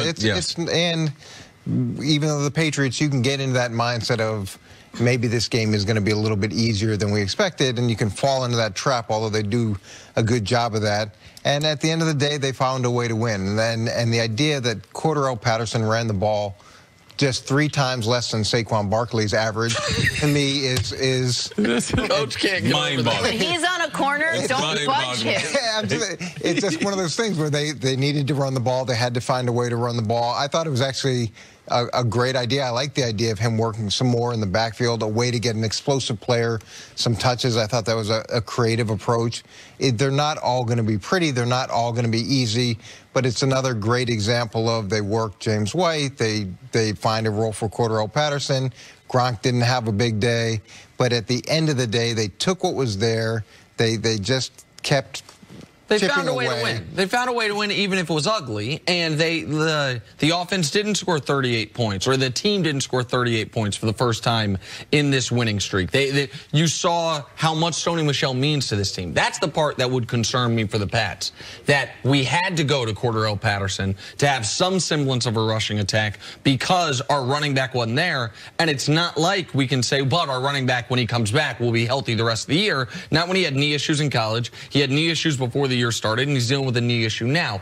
That's the concerning part for me. But because they're the Patriots, the biggest moments of the game, it's 9-6. New England. Kyle Van Noy gets a strip sack. It's 12-6, New England. The Bills have a 3rd and 3 at midfield right at the start of the fourth quarter. Pats get off the field, and how do they respond to that? 10-play, 85-yard drive with a couple huge third-down conversions to really salt the game away. Because against this Buffalo offense, 2 scores is 10 scores. The game's over. That pick 6 was just bonus if you laid the 14 points. Like the Patriots found a way to win, but if I'm a Pats fan, there were some things that were concerning to me, most notably the lack of a rushing attack without Sony Michel that I think need to be addressed. Yeah, the Sony Michel, you could tell they need more productivity from a running back. And that's how they changed this team this year. Because every year Bill is trying to look at this team, how it's going to evolve. We know Edelman coming off the suspension, what he was going to provide. Gronk does not look like he's running the same way that he's run in years past. So they have Josh Gordon as a potential deep threat. We know what Hogan gives the offense, but from a running standpoint, Sony Michel was the only thing that's been really special. James White has not been a featured running back since 8th grade. I don't know if there's ever been a running back in the history of the NFL that hadn't been featured.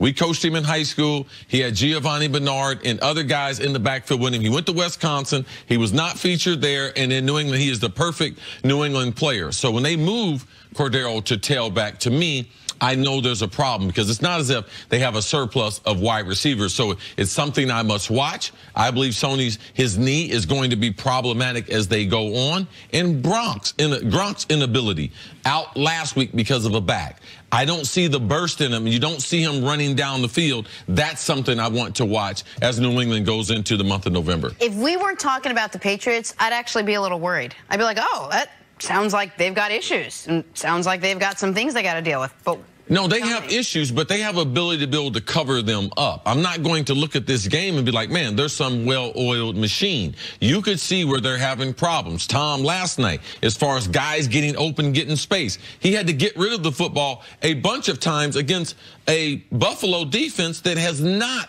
had a consistent pass rush. So as we go throughout the season, he's missing his right tackle. Let's just watch. Let's just watch and see how they go about, because each week they'll try to evolve into something. What we've seen the last 4 weeks, they were not last night against Buffalo, Coach. But I love Cordell Patterson in the backfield. I love this move because I think it's one of those things where it can evolve into a package. And that's usually what happens in New England is you try something as a solution to a problem, and then you say, okay, well, this actually has some merit as a package moving forward. How can we develop it? And that's a lot of times how ideas get off the ground. Is it starts out of necessity, something hits, there's a few good things there. Now you bring him in as a wide receiver later on, and you can move him back into the backfield, maybe run some two-back type plays. I don't know where they're going with it, but I think you're going to see some more of it, and it gives them some interesting flexibility. Tell me if I'm right here, though. You like it as an element, not if they were to have to rely on him as their main running back. No, I think this week is one where they had to rely on him, or they felt like they could get some plays out of it. But there were enough good things that I could see this as being a package that they carry forward, that teams have to prepare for, just like you have to prepare for James White in the backfield, different than Sony Michel, different from Cordarrelle Patterson. Sure, like you can like what the Ravens are doing with Lamar Jackson in moments, but would feel very differently if Lamar right now had to be their quarterback. I know that's not exactly apples to apples, but it feels like that's what you're saying, which speaks to the point that we all agree that they need Sony Michel back. This team, what changed to me as far as their struggles early in the year and what they did over this 5-game winning streak up until really Sony Michel got hurt, which is around the time the offense stopped clicking on all cylinders, was they had a consistent rushing attack between the tackles. There's a reason why they drafted him in the first round. I thought they drafted the second best Georgia running back in the first round. I thought Nick Chubb was better. Patriots, almost as always, know better than I do. They took a player that they could use. I do think they need him, even if Cordarrelle Patterson can be used in spot duty or in a specialty package. Yeah, I kind of disagree with Coach here because he had one run of 22 yards. All right, so after that, he had 9 runs for 16 yards. To me, the skill set, he is great in space, but the skill set from a wide receiver compared to the skill set of a tailback, I don't believe those running skills are transferable. So, yes, he did get a burst around the outside. They gave up the edge. He had 22 yards. But on the rest of them, he seemed to struggle. And most wide receivers that I know, they do not play tailback well. So I want to be able to see how that's going to evolve because tailbacks, you can see the hole and the vision in front of you. Wide receivers, we're used to catching the football and the defense being back this way. So most of the time, the skill sets aren't transferable. Let's see what Bill Belichick, the greatest coach ever, let's see what how he grows his role as a tailback. Yeah, and I completely understand what you're saying. I just think that Cordarrelle hasn't really found a role there as a wide receiver, and he hasn't really found a role there in the league as a consistent wide receiver. To me, this is an attempt to see if they can get a few more plays out of him. I don't think it's going to be one of those things where he's going to be a great running back. It's more get him some reps, see what works, what doesn't work. How do we get this guy who we know is talented? Yes. Just some touches. Also, Cordarrelle, he was in Minnesota. They drafted him as a first-round pick. I know the wide receiver coaches. It's always been an issue with him as far as the information off the board into his brain and then what he's going to do on the field. So if Bill Belichick is able to get that out of him, that's going to be, the Vikings couldn't, the Raiders couldn't. Let's see if the Pats can get more out of him than they could. It sounded familiar. Sorry. What? Something taken from the ether and letting it seep in and making it work itself out. Yeah, manifest stuff in your life as being real. It was a joke. Gosh, Coach, thanks so much for hanging out with us. Appreciate it. When she said the 3, it was fun. That thing came off the board and went right on. Jenna, it's out there. Jenna laughed to herself, wanted America to know what she was laughing about. America still don't know. It's hilarious. How You got to see it on the board. Well, the Cavs haven't recovered from losing the Bron. How do we recover from Jenna? We're going to reemerge in the next segment, okay? We're going to come back stronger.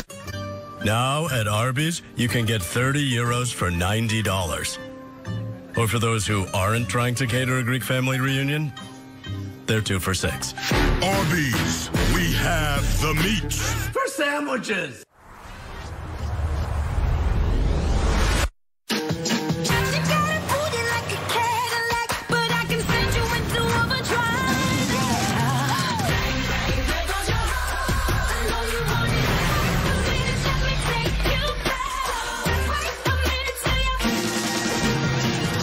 Unmistakable Cadillac XT4. Once again, driving is wonderful. Starting under $36,000. I'm always going to be a maker, and I think a company is the coolest thing you can build. I'm Adam, and I make robots. You never know when inspiration's going to strike, so I take my Surface Pro everywhere. Part of an entrepreneur's job is to get stuff done. You know, I like to do like 4 things at once. The new Surface Pro can handle all of my programs. I can paint, I can mold, I can code. I have it on all the time. It's fantastic. We get to build toys for kids and change the world. It's a big deal. This season, keep your stories interessante, like Dos Equis, the beer whose label inspired the greatest comeback in history. Authentic Mexican cerveza. 4.2% alcohol by volume. 1 gram protein, 0 gram fat. Yeah, tell him, Coach. 12 fluid ounces. Dos Equis, keep it interessante. Everybody wants a new, different, better world. Here's to the people who do what it takes to build it and keep it running. The people who understand that no matter what the question, the obstacle, or the challenge, there's only one answer. Let's do the work. Don't look good. Yeah, it looks like it's both. Just what I don't need. This is what you do need. Complete the application within minutes, and if approved, you may get the money you need as soon as tomorrow. Money's on the way with CashNet USA. The undefeated Rams. What a run! Battle Drew Brees and the Saints. Touchdown! In America's Game of the Week on Fox. What happened to the real men of America? Today's average red-blooded American man has less testosterone than his father, and his father has less testosterone than his father. Before we suffer a full-on masculinity crisis, Force Factor is launching the Man Up America event. We want to send every man in America a complimentary bottle of the breakout supplement taking Walmart by storm. Test X180 Ignite, loaded with free testosterone-boosting manliness. Get your complimentary bottle by texting SPIRIT to 2020. During workouts, Test X180 Ignite raises levels of free testosterone in your body to help build lean muscle. Plus, it helps burn fat, fuel desire, and improve performance. Now you can continue to feel like the real men that made this country great. Do yourself a favor. Do America a favor. Text SPIRIT to 2020 for your complimentary bottle. That's a complimentary bottle by texting SPIRIT to 2020.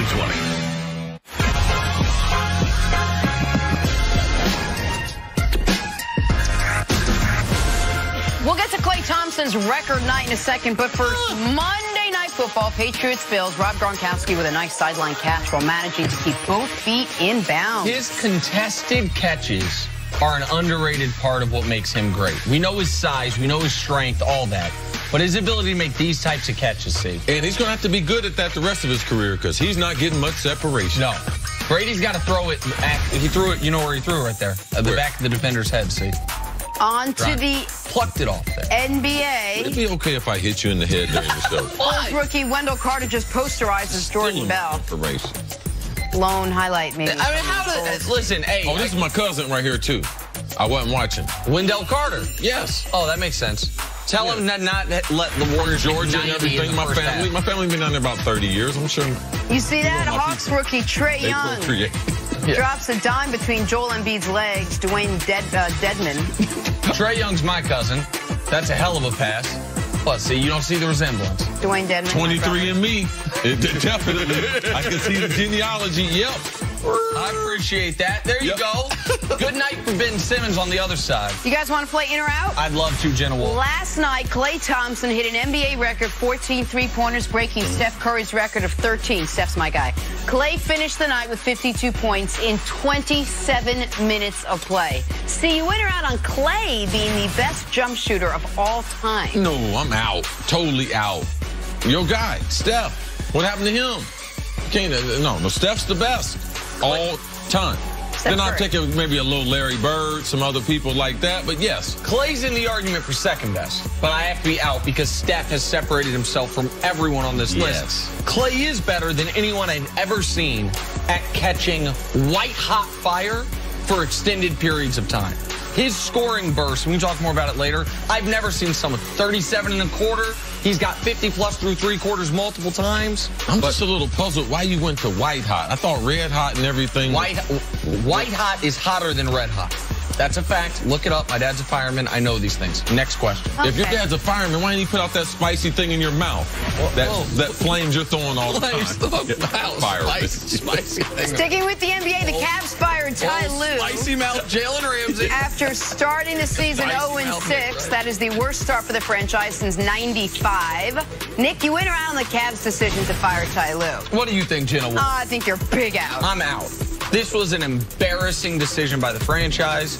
Now, maybe it works out best for Ty. He didn't have to deal with all these losses, gets his money, and maybe can get his health right. But if you're going to fire him, should have fired him the moment LeBron left. Not give him 6 games. Now Larry Drew's going to be an interim coach for 76 games. Popovich would have been 0-6 with this talent this year. Making Ty Lue the scapegoat's a joke. I'm out. I'm out. I believe Ty Lue's underrated as a coach. But I'm going to tell you what I'm in on. I'm in on, if your employer don't like you, and they don't like you being there, and they want to pay you to go home, like, I will do that. Like, I've done that before. What? What? You don't, excuse me? I get all the money? What? But I don't have to show up anymore? What? All I got to do is just not say anything bad about you? Okay.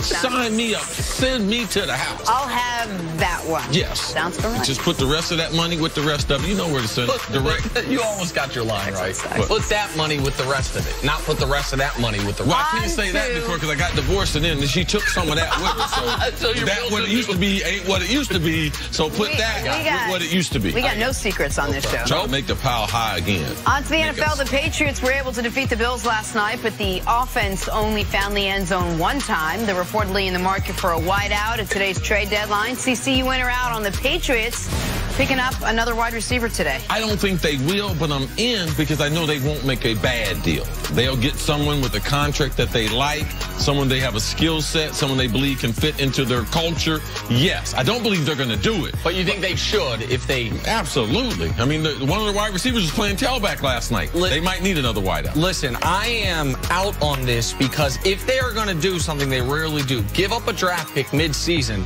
for a player mid-season, it should be a running back.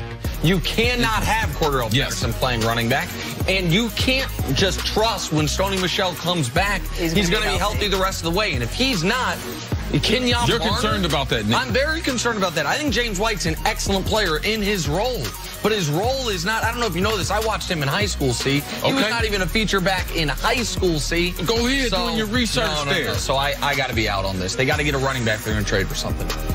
That high school team was held down by poor coaching. Moving on to the Giants, who enter their bye week 1-7. Head coach Pat Shurmur was asked if Eli Manning will be the starter week 10 game. Week 10 game against the 49ers. I wish you could see what's going on here. Pat Shurmur gave a ringing endorsement saying, "We will see." Nick, you in or out on the Giants sticking with Eli? CC tried to throw his drink in my face in that break just because I said he was a poor high school coach. Yeah. I'm in. Eli's going to start week 10 against the Niners. I don't think he's going to start week 17, but week 10 against the Niners, I think he's going to start. I am in. Eli, I love Eli. I love the Manning. I love Archie. I love the mama. I try to take care of the Mannings on TV. I'm in. I'm in. I got no reason why. But Giants fans, you need to know this. When your quarterback gets in the pocket, when it was the moment becomes most important to him, he's going to do just like that. Be flinching. I didn't flinch that time. I did, and it wasn't even towards me. That's what Eli's going to be doing, man. Until the season. Looked like a scared puppy dog this weekend. I told Nick it's hard to play on a bad football team when you're rich. Just thinking about that money. How many people in NFL history have made more money playing football than Eli Manning? Zero. Really? Zero. Highest paid player in league history. Wow. For some reason, he's still selling those $300 jerseys. I mean, I don't know. I don't have to protect Eli Manning on TV. That was some nonsense he pulled. You knew those weren't game-worn jerseys, Eli. What you doing? What you doing, man? We got a quarterback controversy in Tampa Bay. Jameis Winston was benched after throwing 4 picks against the Bengals. Ryan Fitzpatrick was solid in relief in the start this week against the Panthers. Nick, you in or out on Fitzmagic remaining the Bucs starter for the rest of the season? I'm in only because I don't want to risk guaranteeing Jameis's $20 million for next year. If he gets hurt, that $20 million becomes guaranteed. I don't want to risk that, so I'm in on Fitzpatrick remaining the starter the rest of the way. I'm out, man. Fitzmagic, it only lasts like 2 or 3 shows. He's Magic. Like, you can't bring him to Vegas for like a regular. You know, like he can't. No, he can't. Wayne Newton? No. He's not going to be. Limited engagement. Limited engagement, yes. Limited showing, absolutely. Because Fitzy, the magic wears off. Next thing you know, you can see it. He got strings and stuff and everything. The magic, the kids. He accidentally sawed the lady in half for real. He's got a lawsuit. The kids are like, I'm on your corner, Fitzy. Don't worry. It's all going to be good. Gentle Wolf. Got to take a break. Coming up, talk LeBron James. What's the problem? Why you support all these backups? Like, they remind her of the guy she used to date. That is okay. Not true. And stop laughing, Dusty. Why is LeBron running out of patience? Next up, First Things First. Dusty Bunch of mediocre white dudes. Dusty said, hey, Jenna said to Dusty, don't say nothing until you get your teeth fixed. I did not. I didn't say that. Yeah, you did, Jenna.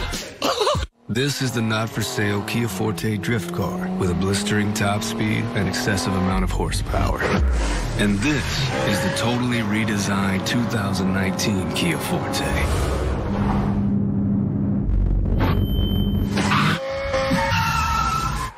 We built one of them with an available smart trunk. You know, so you could tell them apart. Right now, lease the 2019 Forte LXS for $169 a month. The king has gone crazy, making 10 nuggets just $1. Crazy, right? Crazy crispy, crazy juicy. 10 nuggets made of crazy delicious white meat for just $1. Now that's a crazy deal. Enjoy 10 golden nuggets for just $1, only at Burger King.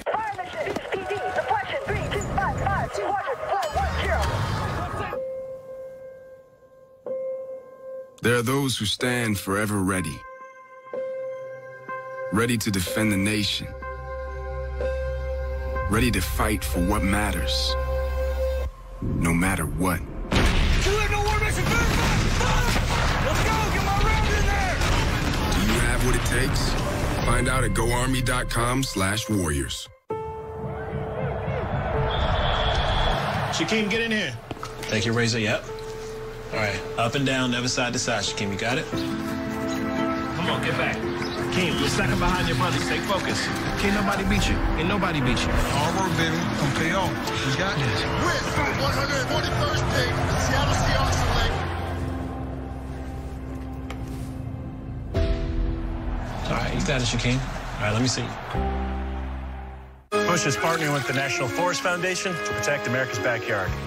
And you can do your part just by cracking open a bush. Cool. Just doing my part for the trees. Geico makes it so easy to manage my policy.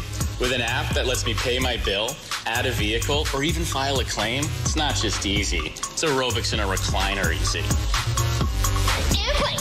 Move it. Shimmy. And step, swivel. Keep it going. Kick, hold. Kick it out, and kick. It's not just easy, it's Geico easy. Feel the bird. Do we really need to cross this river? Hey, you hear Metro PCS is now Metro by T-Mobile? What? Yeah, now their new plans have unlimited high-speed data all month long. No way. Way, all on the T-Mobile network. I'm thinking about switching. Well, that's smart. I'm also thinking about taking that bridge. Get unlimited high-speed data for only $40 per line for 2 lines. All on the T-Mobile network. Metro by T-Mobile. That's genius. Today's Best Western rewards you in a flash. Get a free night fast with points that never expire at over 4,200 hotels worldwide. And get double rewards points on every stay. Book now at bestwestern.com. When money's tight and emergencies arise, CashNetUSA.com is available 24/7 to deliver quick loans for approved customers when they need it the most. Apply now at CashNetUSA.com. Money's on the way with CashNet USA. FS1 is your destination for the day's best sports shows. Tune in for the biggest personalities on the biggest stories. We get you started right here with First Things Starting First. with Spicy Mouth Nick at 6:30. You can catch it on Monday through Friday on FS1. No, I don't like that. We need a new nickname. That ain't that one. Time for us to go viral. All right, so Ty Lue was fired by the Cavs after leading them to the NBA Finals 3 consecutive times. On Sunday, our guy Nick tweeted, quote, and there it is. With that OKC win, the Cavaliers are officially the only winless team in the NBA. From the defending Eastern Conference champs 4 times over to the very worst team in the NBA in less than 2 weeks. Life without LeBron comes at you fast. J.R. Smith retweeted you, Nick. JR's still on the team. JR's still on the team. Man. JR was disappointed. They were in the Garden last year, and it was halftime. I'd go up to talk to a couple of Cavs. I'm talking to JR. JR asked me immediately, where's Nick? I was like, him and his wife went to get a beverage and everything.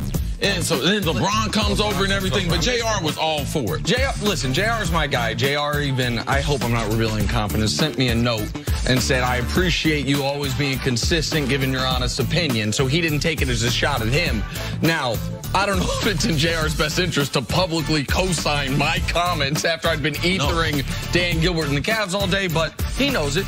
He knows life without LeBron can be tough. But life with LeBron helped him get paid that 45 some odd million. So listen, I'm rooting for JR. Now JR, he's averaging 2.5 points a year, 2.5 points a game this year. He's had a rough start. I don't know if you know, he's dealing with some off the court issues personally, so I'm going to cut him a little bit of slack, but he's having a rough year, see. That's all. That's my guy. No comment. Nice people. Time for stories to start your You got morning. the Manning family. I got Swish. that perfectly encapsulates you and me. CDC Love got the whole Manning family. I got Swish. Sponsored by Gillette Clear Gel. Patriots beat the Bills 25-6 last night. New England now 6-2, winning their last 5 games. See, what was your biggest takeaway from this game? Man, this is tough. They had to work hard for this one. I thought they would be far more efficient offensively, and you could see they missed Sony Michel. If I take anything from the game, is the Patriots missed Sony Michel, and if they don't get him back soon, they're going to struggle. Cordell Patterson as your leading rusher, as far as 10 rushing attempts, no, that's what I took from it, Jenna. I want to give Tom Brady credit here. This was a game that was not decided until the very end. It was a one-score game for the first 50 minutes of football, and because of that, a turnover could have cost the Pats this game. Yes. Tom Brady, for the first time all year, played a clean game as far as 0 turnovers. He knew and played like, I don't have to make a big play. I just have to avoid the big mistake because the Bills' offense is so non-existent, and then the pick 6 late really seals it. But the 10-play, 85-yard drive to give him a 2-score lead, that's what won him the game. Brady orchestrated that brilliantly. All right, more on the Patriots now. According to reports, New England is interested in trading for a wide receiver and particularly interested in the Lions' Golden Tate and Broncos' Demaryius Thomas. Keep in mind today's trade deadline is just a few hours away. See, should the Patriots acquire another wide receiver? I don't think they should acquire another receiver. I don't think they're going to acquire Golden Tate. He's in the last year of his contract. I think it would not be his best situation to be able to go to. Matt Patricia, though, former Patriot, would he deal with Bill Belichick? I think so. I think they could use another running back. I think they could use another linebacker or potentially a rusher. More of a need than wide receiver. Yeah, I think that acquiring Golden Tate, he could be deadly with this team because of his run after catch. He can play, you were saying this earlier, not just the slot. He can also play on the outside, so I don't think it's saying the slot. But if I'm trying to acquire someone right now, wide receiver's 3rd or 4th on my hierarchy. Running back's number 1, man. Like, they have been, I can't rely on Sony Michel's health. Moving on to Jameis Winston, who was benched after throwing 4 interceptions against the Bengals on Sunday. Since returning to the lineup, Jameis has thrown 10 interceptions in 4 games. Yesterday, head coach Dirk Cutter named Ryan Fitzpatrick the starter this week against the Panthers. See, did the Bucs make the right move here? They had to. I mean, Jameis is playing so bad. After 4 years as a starter, you would think you wouldn't be at this point. But Jameis forced the coach and the organization's hand. When you play that bad in front, man, you got to give the rest of the team a chance. So you can't allow a quarterback to continue. If he's an offensive lineman, defensive lineman, DB, you can be able to help him out. But as a quarterback, you got to put him on the bench with those types of numbers. The reason they lost this game last week was because of him. Yes. I mean, it was a less than 2 touchdown game when he threw that pick 6. Fitzy comes in, immediately drives them down the field multiple times where they have the game tied. A late field goal wins it for Cincy. You had no choice. He's thrown 10 picks on 148 passes. Absolutely. 1 in 15 throws is a pick. Come on, Jameis, get out of here. All right, finally, Klay Thompson went off last night, made 14 three-pointers. That's an NBA record. He also scored 52 points in just 3 quarters as the Warriors dismantled the Chicago Bulls 149-124. How impressive, Nick, was this from Klay Thompson? I've never seen a player quite like Klay in my entire life watching basketball. A guy that never needs to have the ball in his hands. A guy who is, even if his shot's not falling, and by the way, the open of the season until last night was the worst open to a season he's ever had. He was shooting like 15% from 3, hadn't scored 20 points, but even if his shot's not falling, go and give you lockdown defense. And then, oh yeah, doubles as the 2nd best shooter in the world and can catch fire better than, in my eyes, any player in league history. He's got a 37-point quarter. He's got the Game 6, one of the most important games in the history of the NBA, that Game 6 against the Thunder. If he doesn't do that, Kevin Durant never leaves. Everything's different. How about the time he scored 60 in less than 4 quarters, or in 3 quarters, I should say, prior to this? And then last night, see, the numbers you have about how many dribbles he took. So NBA record for 3-pointers made and 3-pointers attempted. And he touched the ball for what, 2 minutes the whole game? 96 seconds. Oh, my God. 56 dribbles. Now, the question should be, not is he the best shooter ever, is he the best, like, spot-up shooter? Because people like Larry Bird, Reggie Miller themselves, they could move without the basketball, but you're just spotting one guy up all around the three-point line. Clay would be one of the guys, if you had one shot, you would have to consider. Now, Steph is in a different category because he can dribble, he can come off the pick and roll, he can do so many things and still shoot and be effective. I believe Steph's in a class by himself, but what we saw last night was remarkable. And for him to have Durant and Steph on the team with him, you can't ever double team him. So it's hard to be able to take the ball out of his hand. Watch the highlights. It's only one guy on him the whole time. And he's almost because now that Durant's there, he's never the defense's primary concern. No, it's not first or second concern. Right, and even once they go to the bench, like usually one of Steph or Durant stays on the court. Kevin Durant said in the preseason, the reason why we don't get MVPs, we don't get awards is because guys don't like us. No, this is the reason why it's so hard for these guys to get MVPs. Yep, absolutely. Like, Steph, leading MVP candidate with those 50-plus through 3 quarters. Then Durant goes for 25 in the 4th. Then Clay goes and does this.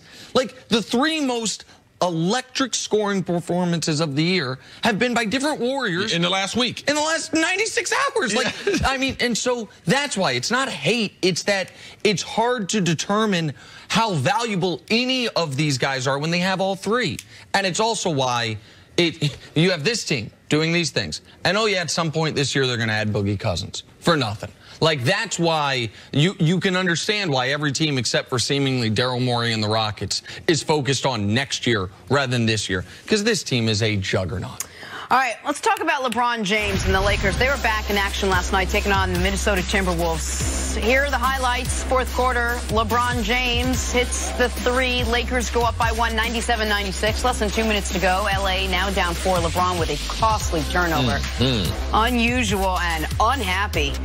They would cut Minnesota's lead to 2. However, Kyle Kuzma's 3-pointer is blocked. Next possession, Jimmy Butler, what a night for him. Hits the 3-pointer here. This ices the game. T-Wolves win 124-120.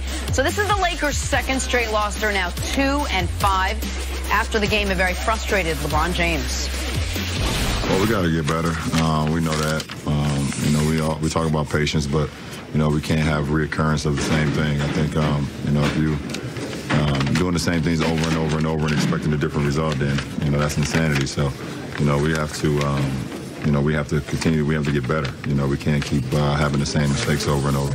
You've been preaching patience this whole year. At what point does that patience run out? And what do you look like as a leader when your patience does run out? You probably don't want to be around when my patience run out. I'm serious. All right, CC, Lakers are 2-5. They've lost 2 in a row. What has to change on this Lakers team? Well, they have to play ultimately better defense. Being as young and as athletic as they are, they have to be more connected and be able to sacrifice for each other and play better team defensively. Seems like they've gotten a little bit better behind the 3-point line. Not great last night. And they have to try to figure out a way offensively to be able to close out a game. You could see last night when they got a rebound, you could see instantly there were 3 players clamoring for the ball. Stevenson wanted the ball off the glass. Rondo wanted the ball, and LeBron wanted the ball. So they need to be able to figure out, and I believe that LeBron should be the primary ball handler, especially in the 4th quarter. Let him orchestrate the offense because he's going to get guys open looks. But he's not comfortable because they haven't turned it over to him. So he's trying to, I'm trying to fit in. I'm trying to allow things, but they're losing critical games in the fourth quarters because they don't have a system. You can't play up and down in the fourth quarter in the NBA. Things become a little more of a half-court game, and they don't have a method to which they're going to try to close out teams, Nick. Listen, they're 2-5, which if you think they're going to win 50 games like I predicted, and I still believe, that means 48-27 the rest of the way. They got their work cut out for them. Now, what they have to hold on to is every game they've played, aside from Portland, the first game of the year, it's been a one-possession game inside the final 2.5 minutes. Now, they haven't been, except for Phoenix, who they blew out. But and even Portland was a one-point game midway through the fourth quarter before Portland extended it. They have had the opportunity at the end to win every game they've played this year, except for that Portland game, and they just haven't found a way to do it. I think a lot of that's defense. I also think after the suspensions, they haven't figured out what their rotation is. Yeah. They haven't figured out what their starting lineup is. Yesterday, they started Lonzo and 4 bigs. Brandon Ingram, LeBron James, Kyle Kuzma, and JaVale McGee. They clearly didn't want to take Kuzma out of the lineup. They didn't want to have to start Kuzma at center or LeBron at center. And Ingram is the most promising of the young players, so they don't want to have him on the bench. So what did they do? They just said, Josh Hart, even though you've played well, you had taken Kentavious Caldwell-Pope's starting spot. Now Brandon Ingram's taking your starting spot. But the defense is the concern. I know you're going to play fast. I get it. But just because you're playing fast doesn't mean you got to give up transition buckets, lose guys in transition, and you have to have something of an identity defensively.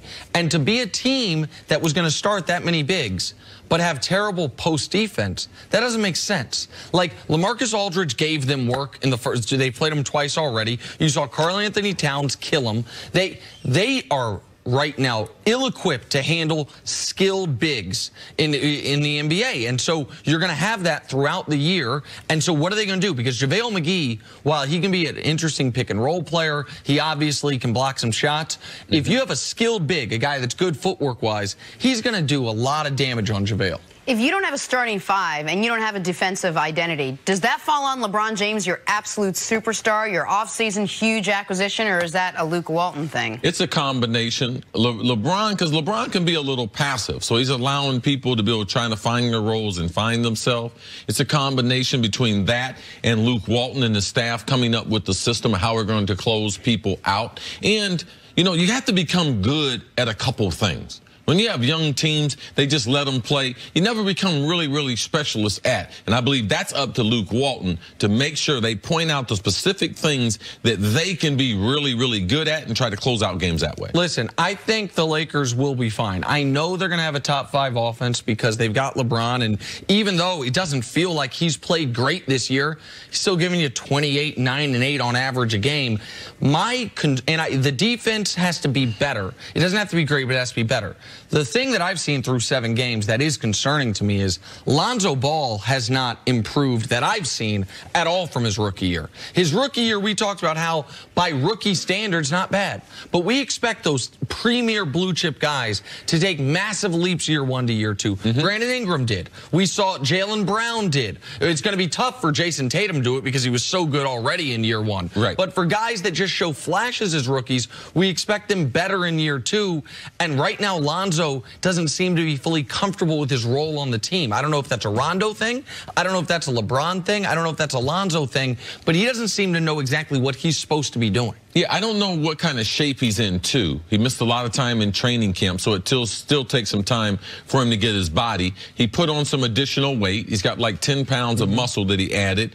I think that his shot is a little bit better, even though it looks very, very similar. I just believe over time. I don't think we've played enough. Suspension with Rondo. Rondo's a starter, and then Lonzo was only a starter because of the suspension. Like, how many minutes would he have been playing if Rondo hadn't have been suspended? Like, would we be disappointed at him? I just believe it's really to find a way to close out these games. You can't have Lance calling for the ball, Rondo calling for the ball, when we know that LeBron, that's the thing that separates him from all the great players, is his ability to be able to run an offense and get open shots for his guys. And real quick, you can't have a team that this offseason you put together saying we're going to sacrifice shooting because we think the offense will be fine because we have LeBron, because we want stretchy athletic defenders and then be 23rd in the league in defense. Like, you can't have that roster construction and be this bad defensively. That they've got to get better at. All right, got to take a break. One more segment coming up. Could the New York Giants fire sale continue at today's trade deadline? That's next on First Things First.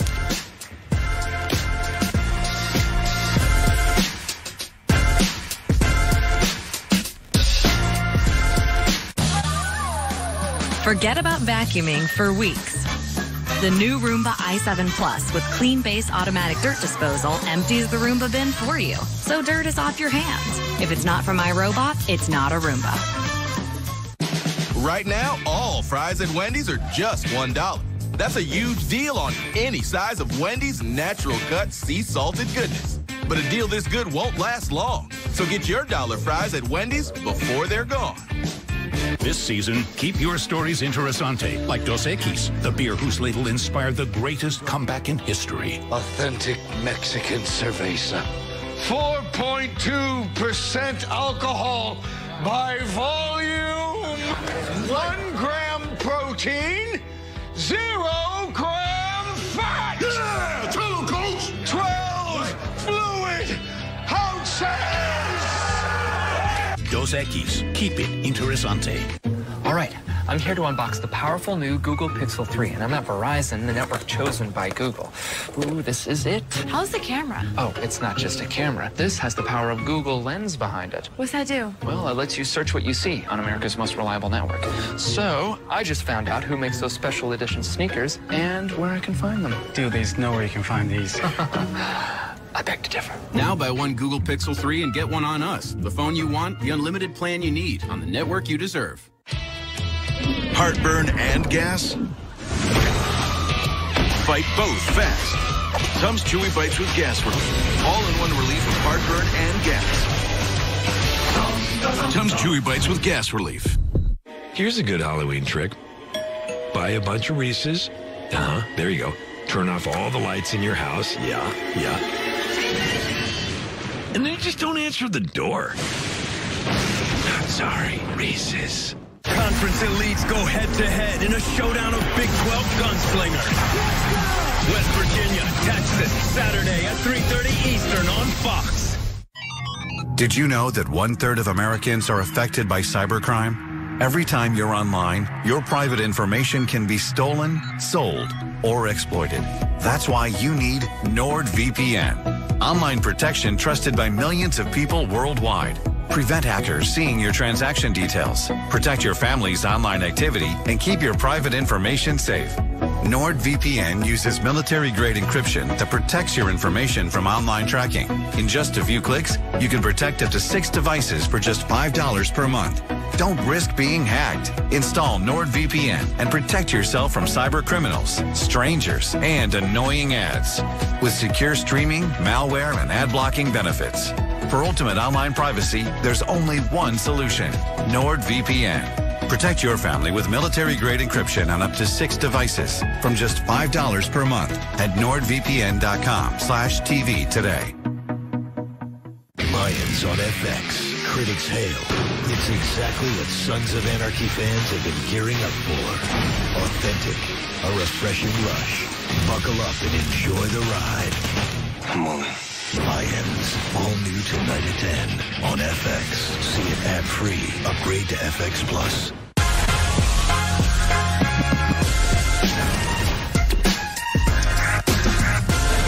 Back here, First Things First, Undisputed coming up at 9:30 sharp. Jenny Taft, what do you think of our set? We did well. I think you guys I love did the set. What do you think of our set? Well, you can't really see everything, but... No, but you look great. Spooky. What are you and the guys talking about today? Well, it's a bit distracting with all the clowns around me, but on to what we'll be talking about on Undisputed. Coming up today, should LeBron already be angry at his new Laker teammates? And are the Patriots the best team in the AFC after their big win last night? Plus, we have Greg Jennings and Chris Broussard in studio to break it down. Undisputed coming up next. Are you guys dressing up tomorrow or what? No, we're not dressing up, Jenny Taft. We can't do it. Fair enough. Can't do it. Thank you, Jenny. We appreciate it. Time now for us to go viral. The White Men Can't Jump crew. That would have been a good. She could be Rosie. I can be Woody. You could be great Woody. Rosie. Time for us to go viral. Pat Mahomes has set the NFL on fire in his first full season as a starter. His popularity is soaring. How popular is he? A Chiefs fan posted this photo of his nephew dressed up as Mahomes for Halloween. Now, if you recall, there was a great picture just like this of a little kid dressed up like Andy Reid last year. For whatever reason, the Chiefs are fantastic fodder for Halloween costumes. The kid's got the hair, too. The hand placement. That's a great one, man. They got the same voice, too. I know the kid's not talking right now, but they got the same voice, too. Beautiful child. Oh, he's cute. Now, he's cute, all right? You see that? I like that. I love Angela's boyfriend is handsome. All right, he's a grown man, Jenna. I see Jenna meets his boyfriend. She's like, oh, he's cute. That's a grown man, Jenna. That was her issue. Did she challenge him to a workout competition? Oh, no. She well, then it's a step in the right direction. But he wasn't. I can run circles around him. Yeah. Moving on to the Giants. Sorry, Dale. Very good looking. Big Blue now a very disappointing 1-7 on the air, and thus have turned their sights on a little thing we like to call next season. Ahead of today's 4 p.m. trade deadline, Jake Glazer says the Giants have gotten some decent offers for Odell Beckham Jr. And when asked if Eli Manning will be the starter after the bye this week, head coach Pat Shurmur said, "We'll see." It's quite a ringing endorsement. CC, how should the Giants handle their future with both Eli and with Odell? Well, let's go to Odell. This is going to be short. They're not going to move Odell. They've already decided several months ago when they decided to extend him that they were taking the Odell. When you take Odell, you're taking everything. You're taking the sideline. You're taking the locker room. You're taking the curls. You're taking everything. Every once in a while, everything. You're getting that. Eli's a made man. It's hard to get out of these relationships. Before you get on Eli, let me follow up on the Odell stuff real quick, because I think we're going to spend more time on Eli. They could trade Odell. They would take a $20 million cap hit this year. It wouldn't be 40-some million like it would be if they cut him. They obviously aren't going to cut him. So technically it could happen.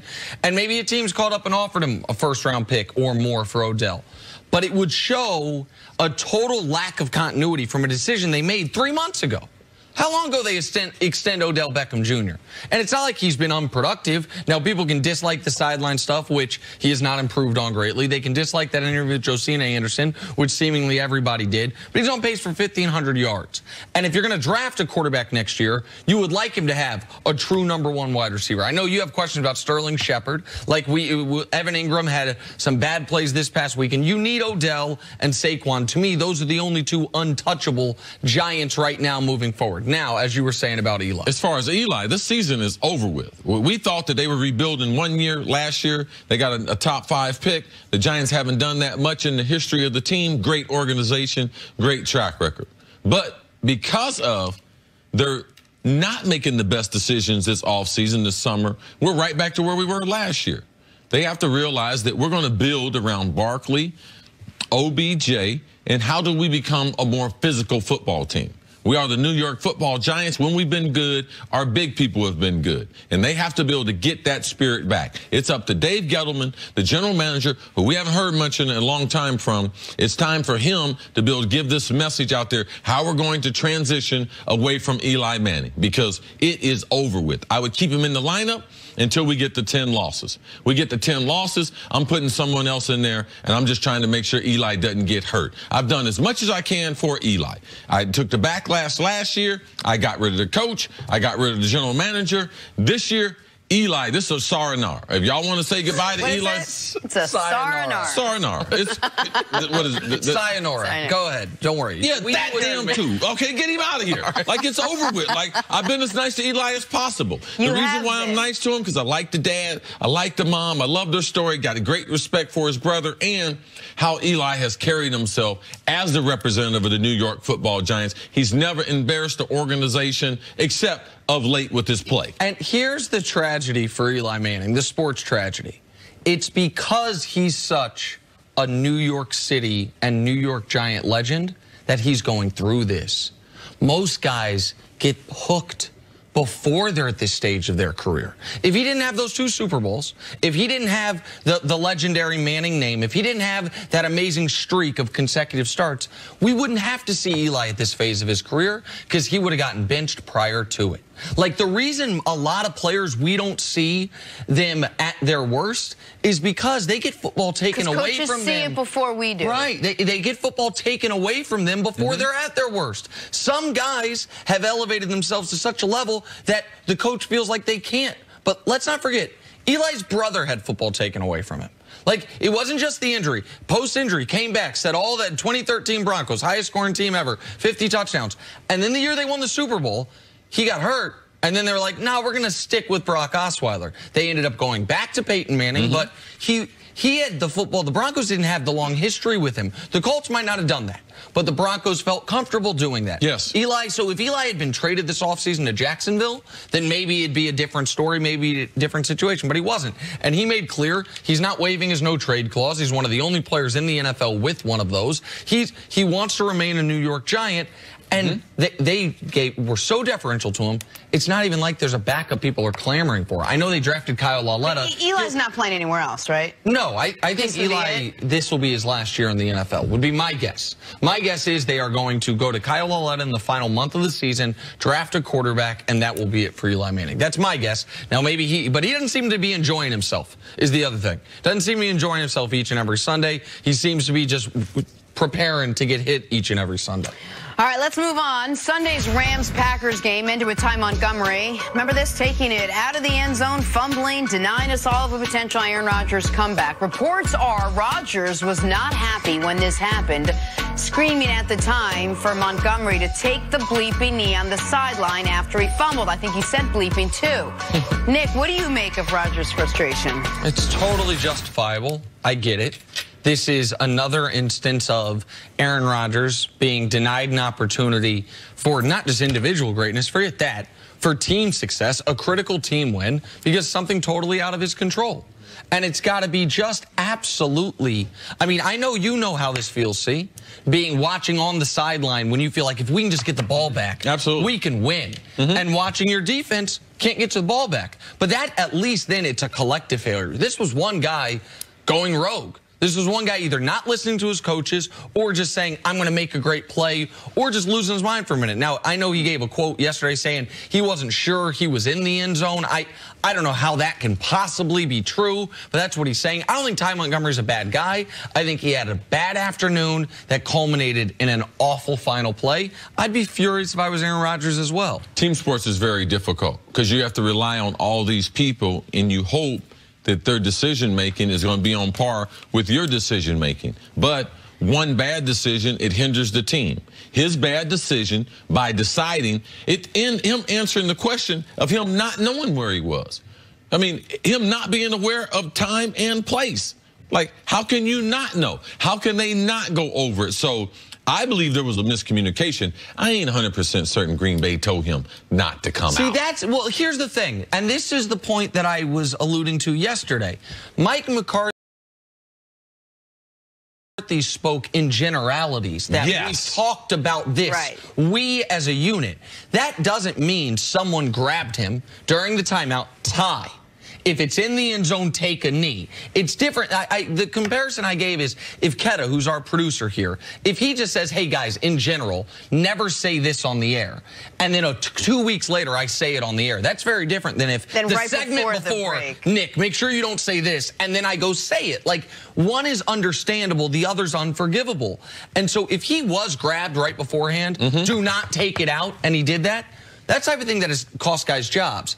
If he wasn't grabbed right before, then some of the culpability lays on the coaches for not making sure he knows if heels on the goal line, it goes over your head. With today's rules, you don't even got to catch it. No, all you got to do is signal. Signal, and it touches the end zone. Automatic 25, yes. And for full disclosure, Silverman, Shanks, Charlie, if I ever say anything on the air, didn't know. Helping them, they don't never tell me anything.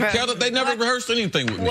They told me I can say anything. I can spell stuff out. and say it and can enunciate it like they've never told me anything. So they didn't give me no warning. Okay. What's the FCA? FCA. FCC. Yeah, him too. Yeah. Yes. We gotta go. There's so many things we're gonna say when our show ends. Undisputed starts right now. Have a great day, everyone. Sayonara. Sayonara. No mercy, no mercy, no mercy. Let's go face to face. I embrace debate. I don't make mistakes. I just make my case. Drop mic when I'm done. One more can I say? Not bite to my tongue. I don't like the taste. I'm on in the morning. I own my opponent. I'm always in the zone. Either zoned out of zone, and then we can get it poppin'. Pick the topic if you watchin'. Skippin' Shannon, skip the hoppin'. Put these sports in and pop it. All right, undisputed. Welcome to Undisputed. We are live from LA. I'm Jenny Taft here with Skip Bayless, Shannon Sharpe. Morning.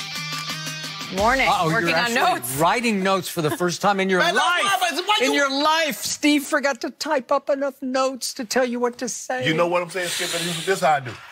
If you worry about how your grass was looking, you wouldn't have to worry about what my grass doing over here. My grass is cut. That mess.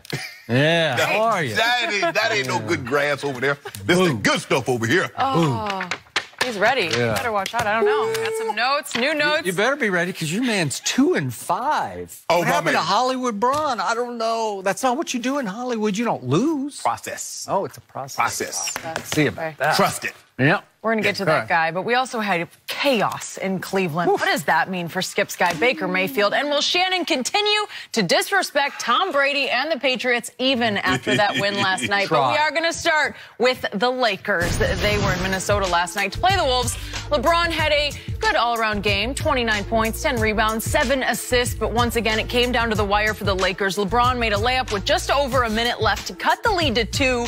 Then Kyle Kuzma got his three-point attempt blocked. The Lakers lost by 4. That dropped them to a disappointing 2-5 this season. Let's take a listen to a frustrated LeBron after the game. Well, we got to get better. We know that. We talk about patience, but we can't have reoccurrence of the same thing. I think if you doing the same things over and over and over and expecting a different result, then that's insanity. So we have to. We have to continue. We have to get better. We can't keep having the same mistakes over and over. Preaching patience this whole year. At what point does that patience run out? And what do you look like as a leader when your patience does run out? You probably don't want to be around when my patience run out. I'm serious. Uh-oh, he's serious. Oh, Shannon, what do you make of those comments from LeBron? I'm sure he's frustrated. And he said something in there, Skip, and I don't know if you noticed, he says, we're repeating the same mistakes. And I wrote this down. This is what I was writing. A mistake repeated more than once is a decision. So what LeBron is saying, we keep making these same mistakes. So you're making a decision to not do what we've practiced, not to do what we've talked about in film study, not to do what we talked about in the huddle. You're making decisions. Wow. And that's unacceptable. I think Bron understood it was going to be a process. And this is a young team. Lonzo, Kuzma in their second season. Brandon Ingram in his third season. Haven't come close to being in playoff contention. So they don't really know what it's like on a nightly basis to get up and have to play your best game. Also, this is the first time of them having a true superstar on their team. So guess what? You're going to get everybody's best every single night. Tom Brady can go play for someone else, Skip, but guess what? They're going to get up to play that team that Tom Brady's on. That's what happens when you're a superstar in a particular sport. Teams will get up to play you. Now, Minnesota, they've been together for at least a year. So this shouldn't come as a shock that they lost to Minnesota. You're in the process. You lost, who else they lost? They beat Denver. Denver's been together. But for the most part, these teams that they're losing to, they've been together. Portland has been together. DeRozan is new, but for the most part, the pieces that are there have been there. But I think LeBron he can't get frustrated this year. And because he says, well, you don't want to see me frustrated. You don't want to be around me. Well, let me tell you what happens when LeBron gets frustrated. When he got frustrated, Jenny, the first time in Cleveland, what happened? He left with to Miami. When he got frustrated in Miami, Jenny, what did he do? Turned around and went back to Cleveland. And when he got frustrated for the third time in Cleveland, what did he do, Skip Bayless? He came to L.A. And then he signed a 4-year deal. Yikes. He's stuck. There's no such thing. You can't escape. Don't you know that's LeBron James? Oh. Let me ask you a question. Did Kyrie Irving get out of Cleveland? Now, who do you think has more pull in the NBA? LeBron James or Kyrie Irving?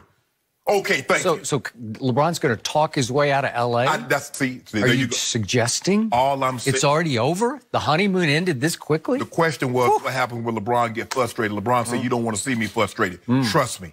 Okay, I'm just telling you, once he got frustrated, that's what happened. No, I'm not saying he's trying to get out of L.A. No, I'm not saying that. He's frustrated because he's not used to losing, but he also understands this is a team that's only been together for a little over 3 months. They've only played 7 games together. When he went to Miami, at one point, weren't they 19 and 20? When he went back to Cleveland, those were veteran ball clubs.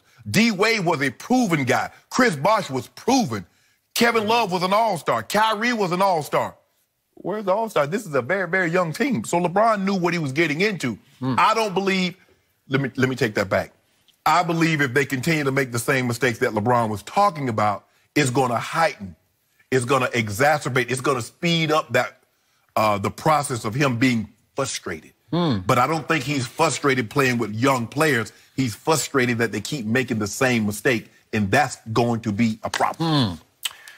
Could you detail just briefly some of those mistakes? Do you know any off the top of your head? Only he would know, and only the players would know what those mistakes are. It's kind of like when you see something in football, without knowing the defense, it's kind of hard to know who's responsible. But when you know the defensive coverages, like I be knowing the coverages, I know whose responsibility it is. So, my turn. Yes. Here we go again. The King is up to his same old tricks with his new team because, LeBron's a ticking time bomb. Where have I heard that before? 15 times before. He's about to explode on his young and old teammates if they don't figure out how to play with LeBron.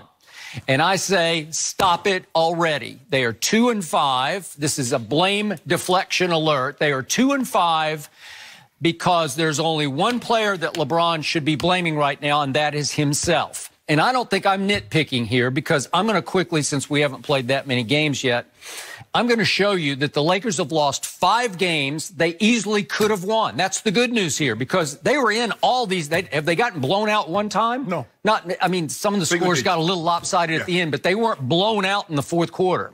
So just to reiterate for everybody, just to refocus everybody, the Lakers were down only 1 point with 8 minutes left at Portland. Close, King. It's your game. That's opening night on TNT at Portland, and they lost by 9. I'm glad Jordan was never down by 8 minutes left by 1 point and lost the game. Then at home, the Lakers were down only 1 point with 4:13 left when the brawl ensued, and they lost by 9. Close, King. It's your game. It's on a silver platter for you. Then at San Antonio, they're up 1 with 7:11 left and down only 1 with 37 seconds left, and they lost by 4. That's LeBron's game. Silver platter. The Spurs aren't very good. They're just disarray. Well, they're 4-2 right now, and it's because DeMar DeRozan is playing a lot better than Kawhi Leonard. But that's a whole. Just stop doing that. Don't do that. Well, I'm don't do that. Do it. Don't do that. Did Kawhi even play last? No. He took another game off. Why are you concerned with that? That's not your team. You brought it up, but they're not very good. I didn't bring it up. You brought it up. The best closer is DeMar DeRozan so far that I've seen in the league so far because he's closing every game for them the way LeBron is not closing. And then at Minnesota last night, they're up 2 with 6:49 left. I tweeted, this is LeBron's game. Come on, you could at least close this game against the Timberwolves. They don't have Andrew Wiggins, and they're kind of in disarray around Jimmy Butler, and I'm thinking, surely you got this. Then they wind up down only 2 with 58 seconds left, and then this ensued. There's a missed shot by Karl Anthony Towns, and Kuzma gets the rebound, and he gives it to LeBron, and LeBron brings the ball up the floor. And can we see what happened at this point? Now, you're down 2. Whose mistake is this? Here's LeBron. He calls a play. Here comes B.I. to pick. Drive it, go. You got your switch. You go. Now, drive it, shoot. And he throws some desperation pass to poor Kyle Kuzma, who's up against the clock, completely guarded, and Taj Gibson blocks a desperation jumper by Kyle Kuzma. That is wrong. That is big mistakes, 2 big mistakes by LeBron.